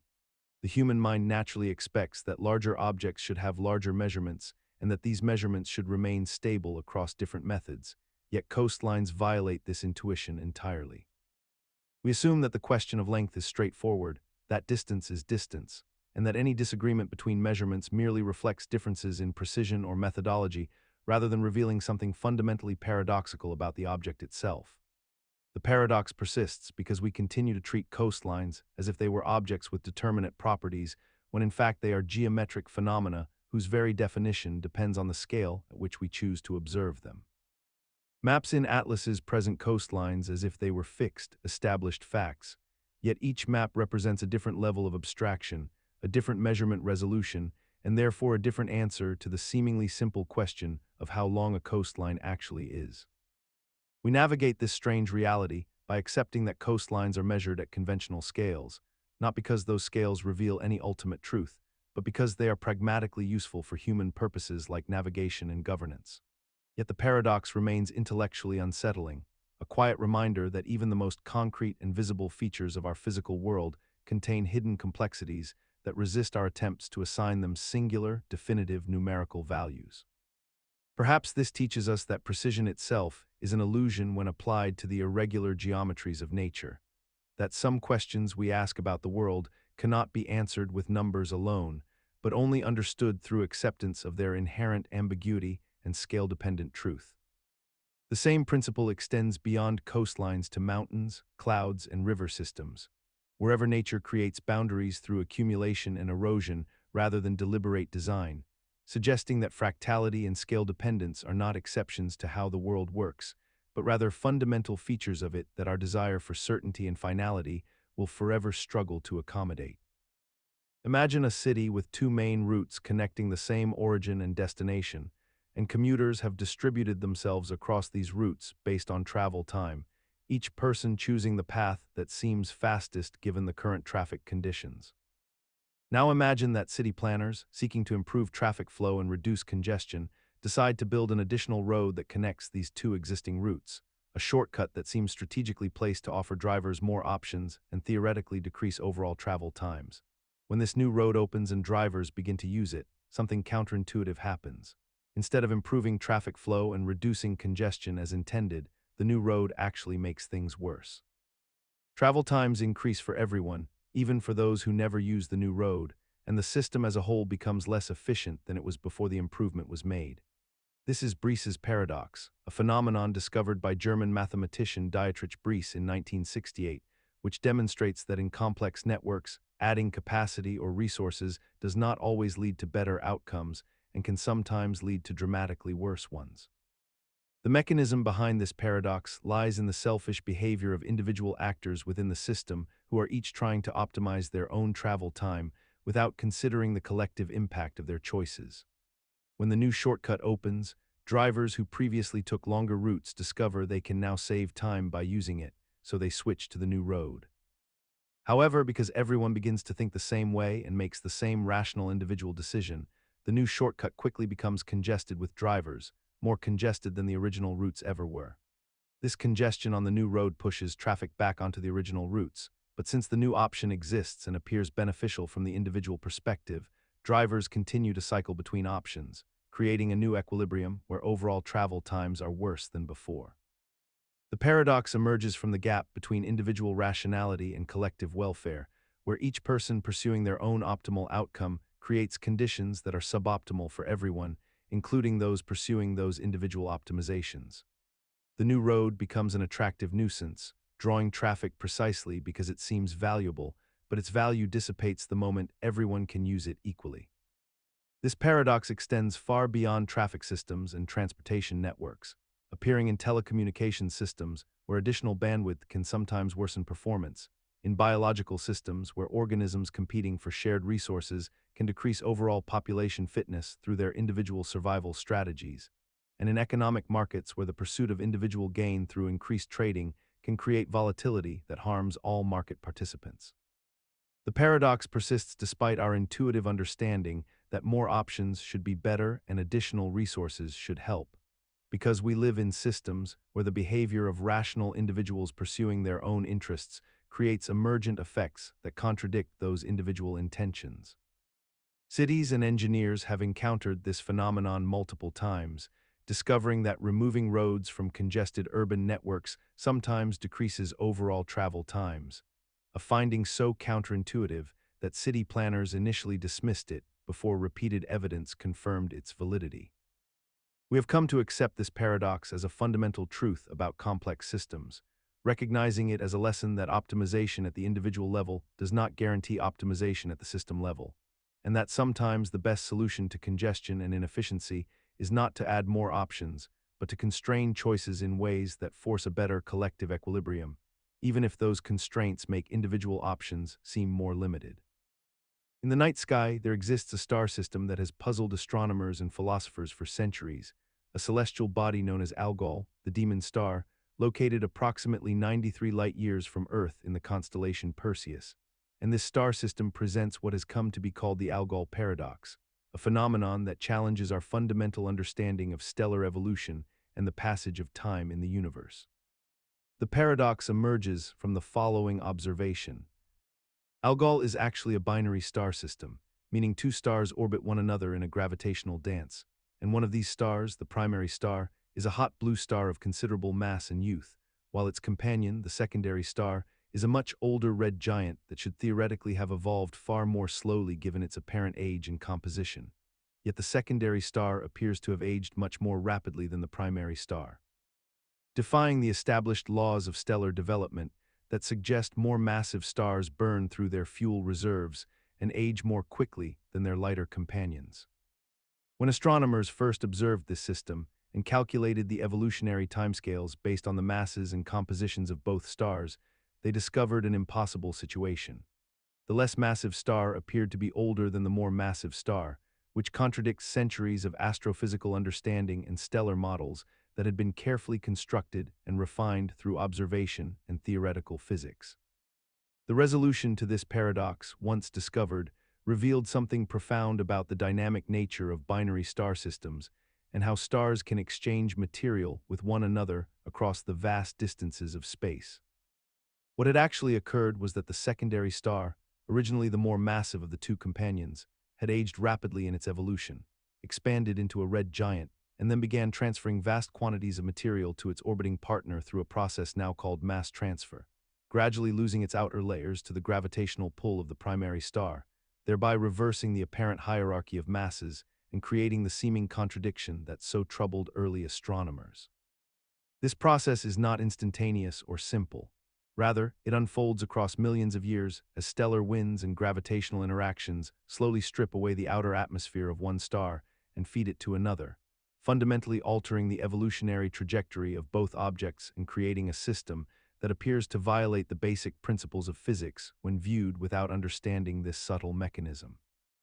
The Algol Paradox persists in our modern consciousness not as a genuine mystery, but rather as a remarkable reminder of how our assumptions about the universe can be incomplete or misleading, and how the cosmos often operates according to principles that require deeper observation and theoretical sophistication to fully comprehend. Yet we continue to reference it and teach it because it encapsulates a fundamental human tendency to trust our initial understanding of how things should work, while remaining humble before the evidence that nature sometimes operates in counterintuitive ways that demand revision of our models and expansion of our understanding. In studying systems like Algol, we have come to recognize that binary star interactions may be far more common than once believed, potentially reshaping our understanding of how stellar populations evolve across galaxies. And this realization has profound implications for how we interpret the ages and histories of distant star clusters and the very structure of the universe itself. Furthermore, the study of mass-transferring binary systems like Algol has become essential to understanding exotic phenomena such as X-ray binaries and Type Ia supernovae, where the transfer of material between companions can trigger catastrophic thermonuclear explosions that briefly outshine entire galaxies, demonstrating how the resolution of one historical paradox has opened doorways to comprehending some of the universe's most violent and energetic events. Consider the moment when two identical containers of gas, each held at the same temperature and pressure, are brought together and allowed to mix freely through a removed partition. And yet the entropy of the system increases as if something genuinely new has entered the world, even though nothing distinguishes one gas molecule from another in any meaningful physical sense. And this apparent violation of logic has troubled physicists for more than a century, creating a deep conceptual tension between what our mathematics tells us should happen and what our intuition insists must be true about the nature of identity and indistinguishability. The paradox emerges from a deceptively simple scenario, one that seems almost elementary until you begin to examine its implications with genuine care. For when two volumes of the same gas at identical conditions mix together, classical thermodynamics calculates an increase in entropy, suggesting that disorder has increased and that useful work could theoretically be extracted from this process. Yet if the gases are truly identical at the molecular level, with no chemical difference whatsoever, then what has actually changed about the system? And why should nature treat this mixing as irreversible when the process seems to lack any fundamental asymmetry? The mechanism underlying this puzzle rests upon a conceptual confusion between our method of counting states and the actual physical nature of particles themselves. For the traditional entropy calculation counts the number of ways molecules can be distributed throughout the available volume, and when the partition disappears, each molecule suddenly has twice as much space to explore, which mathematically doubles the number of possible configurations, and thus increases entropy according to Ludwig Boltzmann's celebrated formula relating entropy to the logarithm of possible microstates. Yet this calculation implicitly treats each gas molecule as if it were somehow distinguishable from the others, as if we could paint them different colors and track them individually. When in quantum mechanics, we have learned that identical particles are fundamentally and absolutely indistinguishable, that there is no conceivable experiment that could reveal which molecules came from which container. The deeper issue concerns whether entropy is a real feature of nature or merely a measure of our own ignorance about a system's details, and this distinction becomes crucial when we contemplate what mixing really means. For if two samples of nitrogen gas are genuinely identical in every respect, then swapping them around produces no new configurations at all from nature's perspective, even though our classical counting method suggests otherwise. And this realization points toward a resolution through the concept of indistinguishability, which holds that if we cannot even in principle distinguish between particles, then permutations that merely rearrange identical particles should not be counted as distinct microstates, a correction that eliminates the paradox entirely by showing that identical gases mixing produces no entropy increase if we count states correctly. Yet despite this resolution having been understood for decades, the paradox persists in the teaching of thermodynamics and in the minds of students encountering these ideas, perhaps because it reveals something uncomfortable about how we construct our theories, forcing us to acknowledge that the apparent emergence of disorder depends partly on our descriptive framework rather than existing as a pure fact about nature. And this unsettling recognition that the boundary between objective reality and subjective description blurs at the edges of our most fundamental physical theories continues to resonate as a quiet reminder that our understanding of entropy, information, and identity remains more tentative than we typically assume. This tension between classical and quantum treatments of identical particles echoes throughout modern physics, from the statistical mechanics of gases to the behavior of electrons in atoms, suggesting that Gibbs's paradox was never truly a flaw in nature, but imagine filling two identical containers with water, one at room temperature and one heated to near boiling, and placing both into a freezer at the same time. According to every principle of thermodynamics we have learned and accepted, the hot water should take significantly longer to freeze because it must first cool down to room temperature before it can even begin the freezing process. Yet there exists a phenomenon, observed and documented across centuries, where the hotter water sometimes freezes faster than the colder water, defying this logical expectation. This is the Mpemba Effect, named after Erasto Mpemba, a Tanzanian student who documented the observation in the 1960s, though the phenomenon was noticed and written about by Aristotle more than 2,000 years prior. The effect appears to violate the second law of thermodynamics, or at least seems to, and it has fascinated physicists, philosophers, and curious minds ever since its documented observations. The mechanism behind why this occurs remains one of science's most contentious and genuinely unresolved mysteries, with multiple competing theories offering different explanations that sometimes contradict each other entirely. Some scientists propose that convection patterns in hot water differ fundamentally from those in cooler water, creating more efficient heat distribution and loss. Others suggest that dissolved gases escape more readily from hot water, reducing its overall heat capacity and allowing it to cool more quickly than expected.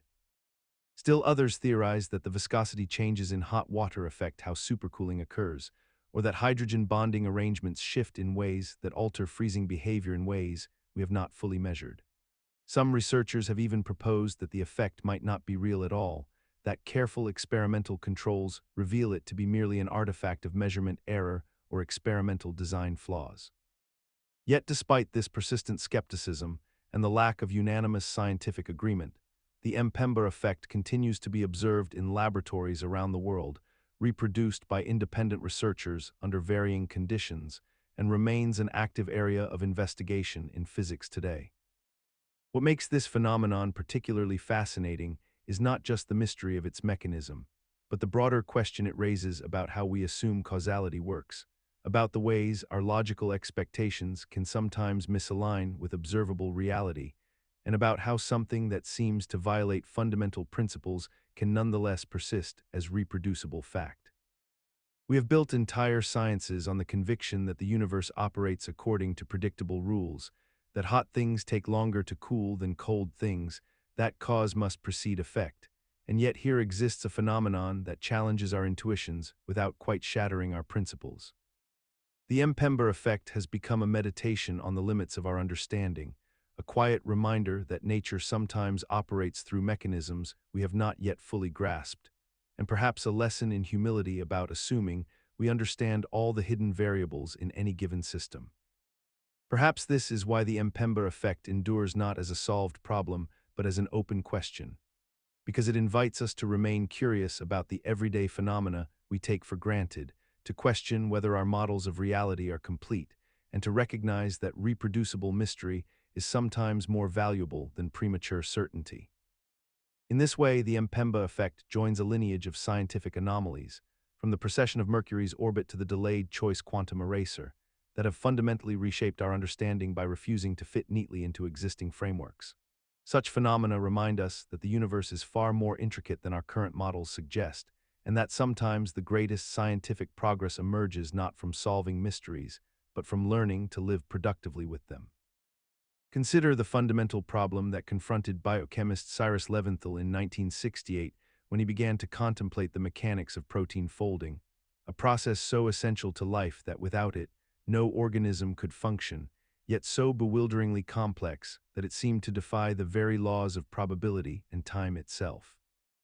When a protein is first synthesized within the cellular machinery, it emerges as a linear chain of amino acids, a seemingly random string of chemical units. And yet within microseconds to milliseconds, this chain must collapse and twist and fold itself into a specific three-dimensional shape, a precise geometric configuration that determines absolutely everything about what that protein can do, how it behaves, and whether it functions correctly or becomes a tangled, useless aggregate that can damage the organism. Leventhal calculated that if a protein were to explore all possible configurations randomly, if it attempted to sample every potential folding arrangement before finding the correct one, the process would require more time than the age of the universe itself. And yet proteins accomplish this feat routinely, consistently, reliably, without any apparent mechanism to guide them toward the solution. The paradox emerges from this collision between mathematical probability and biological reality, between what should be impossible and what demonstrably is happening every moment in every living cell. The mechanism that appears to resolve this paradox involves the concept of a folding funnel, a theoretical landscape in which the protein follows certain pathways that guide it toward lower energy states, where certain mistakes and dead ends are avoided because the chemistry itself constrains the exploration space, narrowing the search problem from an astronomical impossibility into something solvable within biological timescales. And yet this explanation itself raises deeper questions about how such pathways could have emerged, how chemistry could be so elegantly tuned, how the laws of physics could manifest themselves in ways that accomplish what calculation says is impossible. We have normalized this paradox by incorporating it into our understanding of biochemistry, by accepting that proteins fold correctly and rarely misfold, by teaching it in textbooks as an established phenomenon with theoretical explanations that seem satisfactory. And yet the fundamental strangeness remains, the peculiar sense that something about the universe is conspiring to make folding work. That thermodynamics and kinetics are working together in ways that feel almost deliberately optimized to solve an otherwise unsolvable problem, and we continue forward as though this is merely another solved mystery of science, when perhaps it represents something more profound about the nature of physical law itself, about how constraints and possibilities dance together in the architecture of reality. Perhaps this is why protein misfolding diseases, Alzheimer's, Parkinson's, cystic fibrosis, strike us with such particular cruelty, not merely as failures of biology, but as evidence that the universe's elegant solution to Levinthal's paradox operates always on the knife's edge between order and chaos, and that even small perturbations can tip the delicate balance that makes life possible at all. When we observe a single misfolded protein cascade through a neural synapse, destroying the precise architecture that stores a lifetime of memory, we confront not merely a biochemical failure, but a humbling reminder that the universe's solutions are provisional, elegant only in their specific context, and forever vulnerable to the smallest deviation from the conditions that made them possible. And yet in this vulnerability lies perhaps the deepest insight, that the same physics which enables proteins to fold with such improbable reliability also ensures that no biological system can ever achieve perfect stability, that life itself exists in the perpetual negotiation between the order that makes it possible and the entropy that will ultimately unmake it, a paradox nested within a paradox, stretching all the way down. Imagine a factory owner in 19th century England discovering that a new steam engine technology burns coal far more efficiently than the old one, consuming perhaps only half the fuel while producing the same power, and naturally the owner assumes this innovation will reduce coal consumption across the entire industry. Yet something peculiar happens instead. As the cost of operating the machinery drops significantly, production becomes cheaper, goods become more affordable. And suddenly demand surges beyond what anyone anticipated, prompting the factory owner to expand operations, purchase additional equipment, and increase output substantially, ultimately burning more coal than before despite the engine being twice as efficient, a phenomenon that William Stanley Jevons observed in 1865 while studying the Industrial Revolution and its relationship with coal consumption. Realizing that technological improvements intended to conserve resources often paradoxically increase total resource consumption, because efficiency gains reduce the effective cost of using a resource, which triggers increased demand across the economy in ways that can completely overwhelm the initial conservation benefit. The psychological and economic mechanism underlying this paradox operates through the principle of rebound effects, wherein when something becomes cheaper or easier to access, people and businesses naturally use more of it, a response so consistent and reliable that it appears almost automatic, as though individuals and organizations possess an internal calculation that weighs cost against benefit, and whenever the cost drops, the equilibrium point shifts toward greater consumption. Yet this mechanism extends far beyond simple economics, because it reflects something deeper about human behavior and our relationship with resources, as the reduction in friction or expense associated with an action makes that action feel more justified, more reasonable, more worthy of expanded application, meaning that when your car becomes more fuel efficient, you might not maintain your mileage but instead drive further and more frequently because the per mile cost of fuel has decreased. And when light bulbs become more energy efficient, you might keep more lights on in your home for longer periods because the guilt or worry associated with electricity consumption diminishes.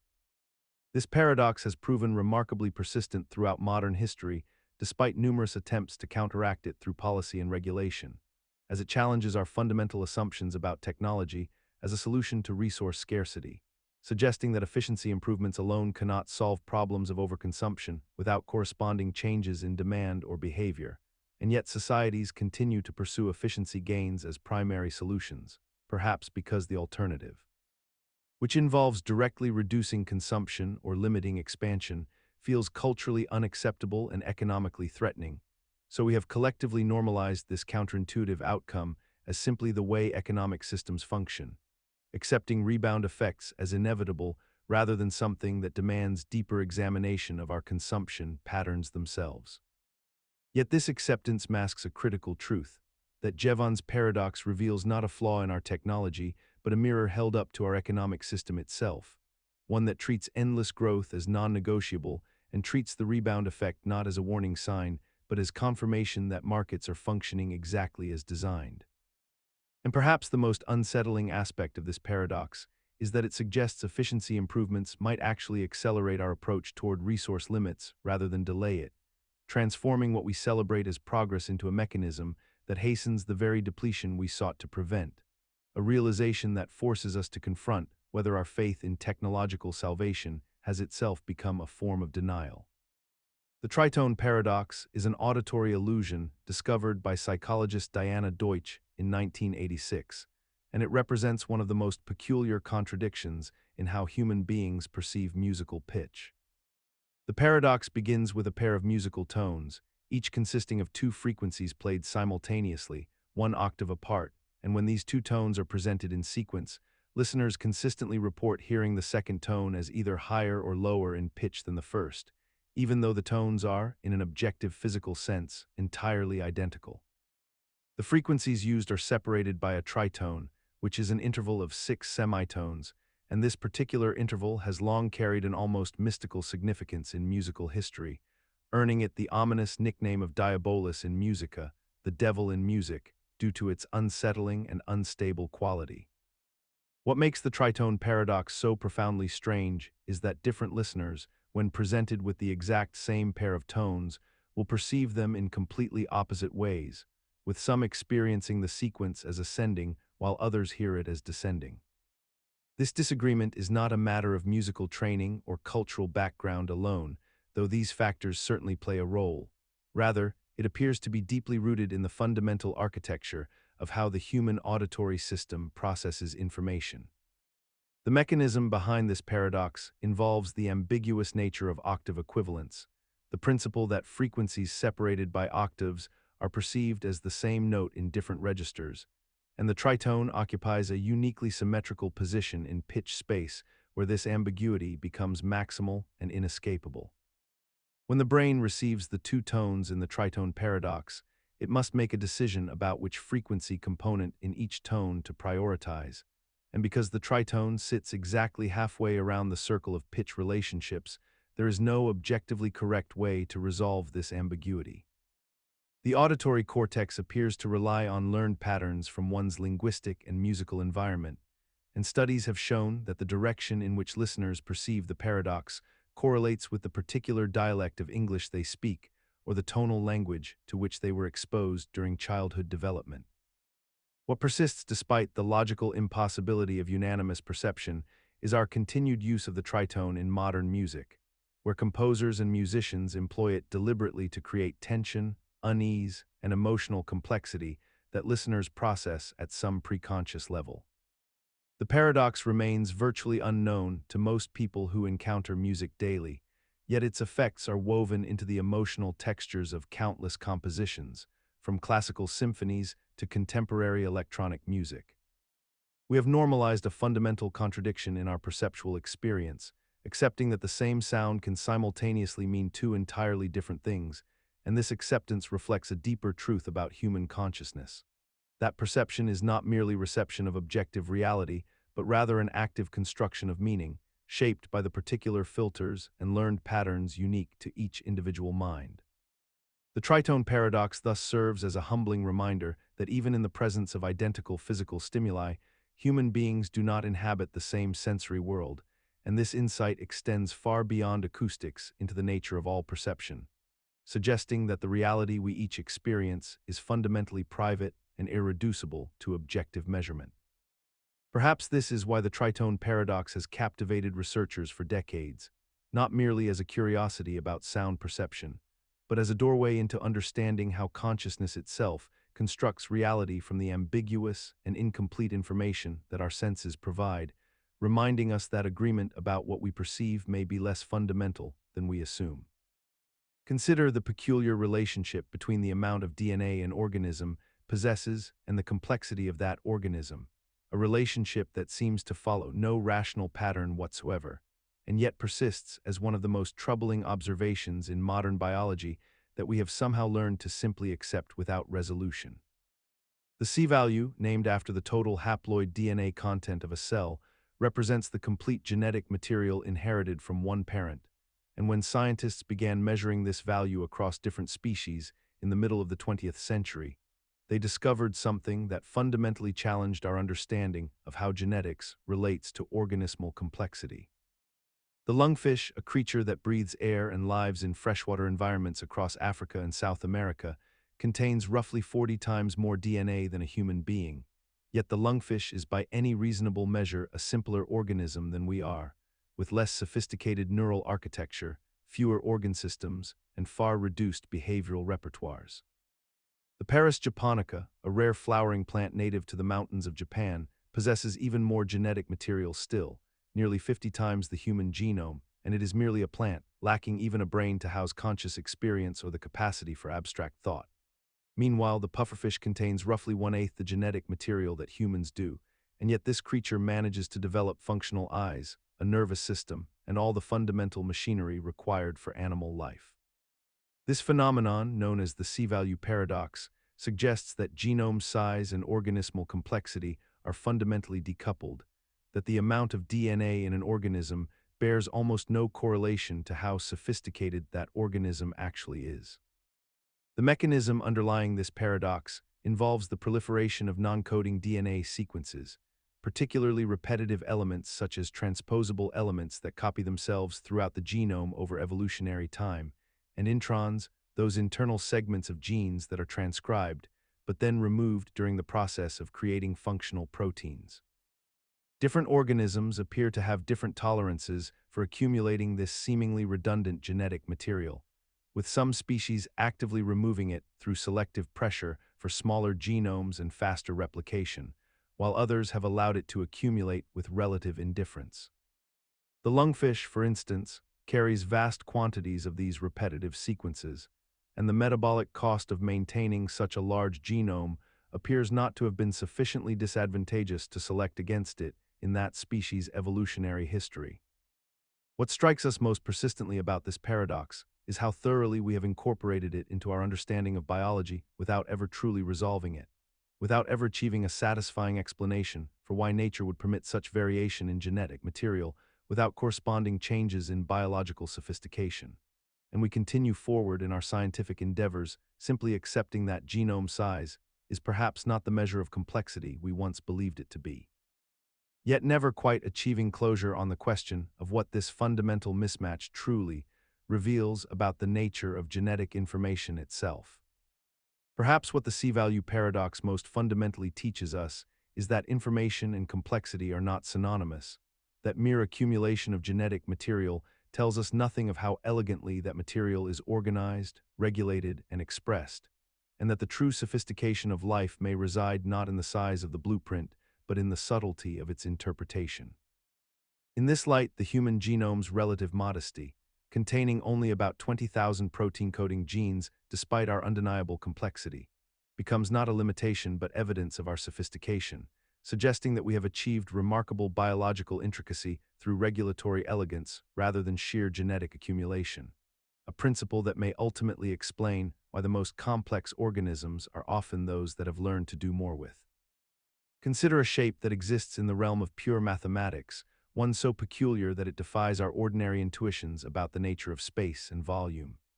Gabriel's horn, named after the biblical archangel Gabriel, who is said to announce significant events, is a three-dimensional geometric solid that possesses a most remarkable and deeply unsettling property.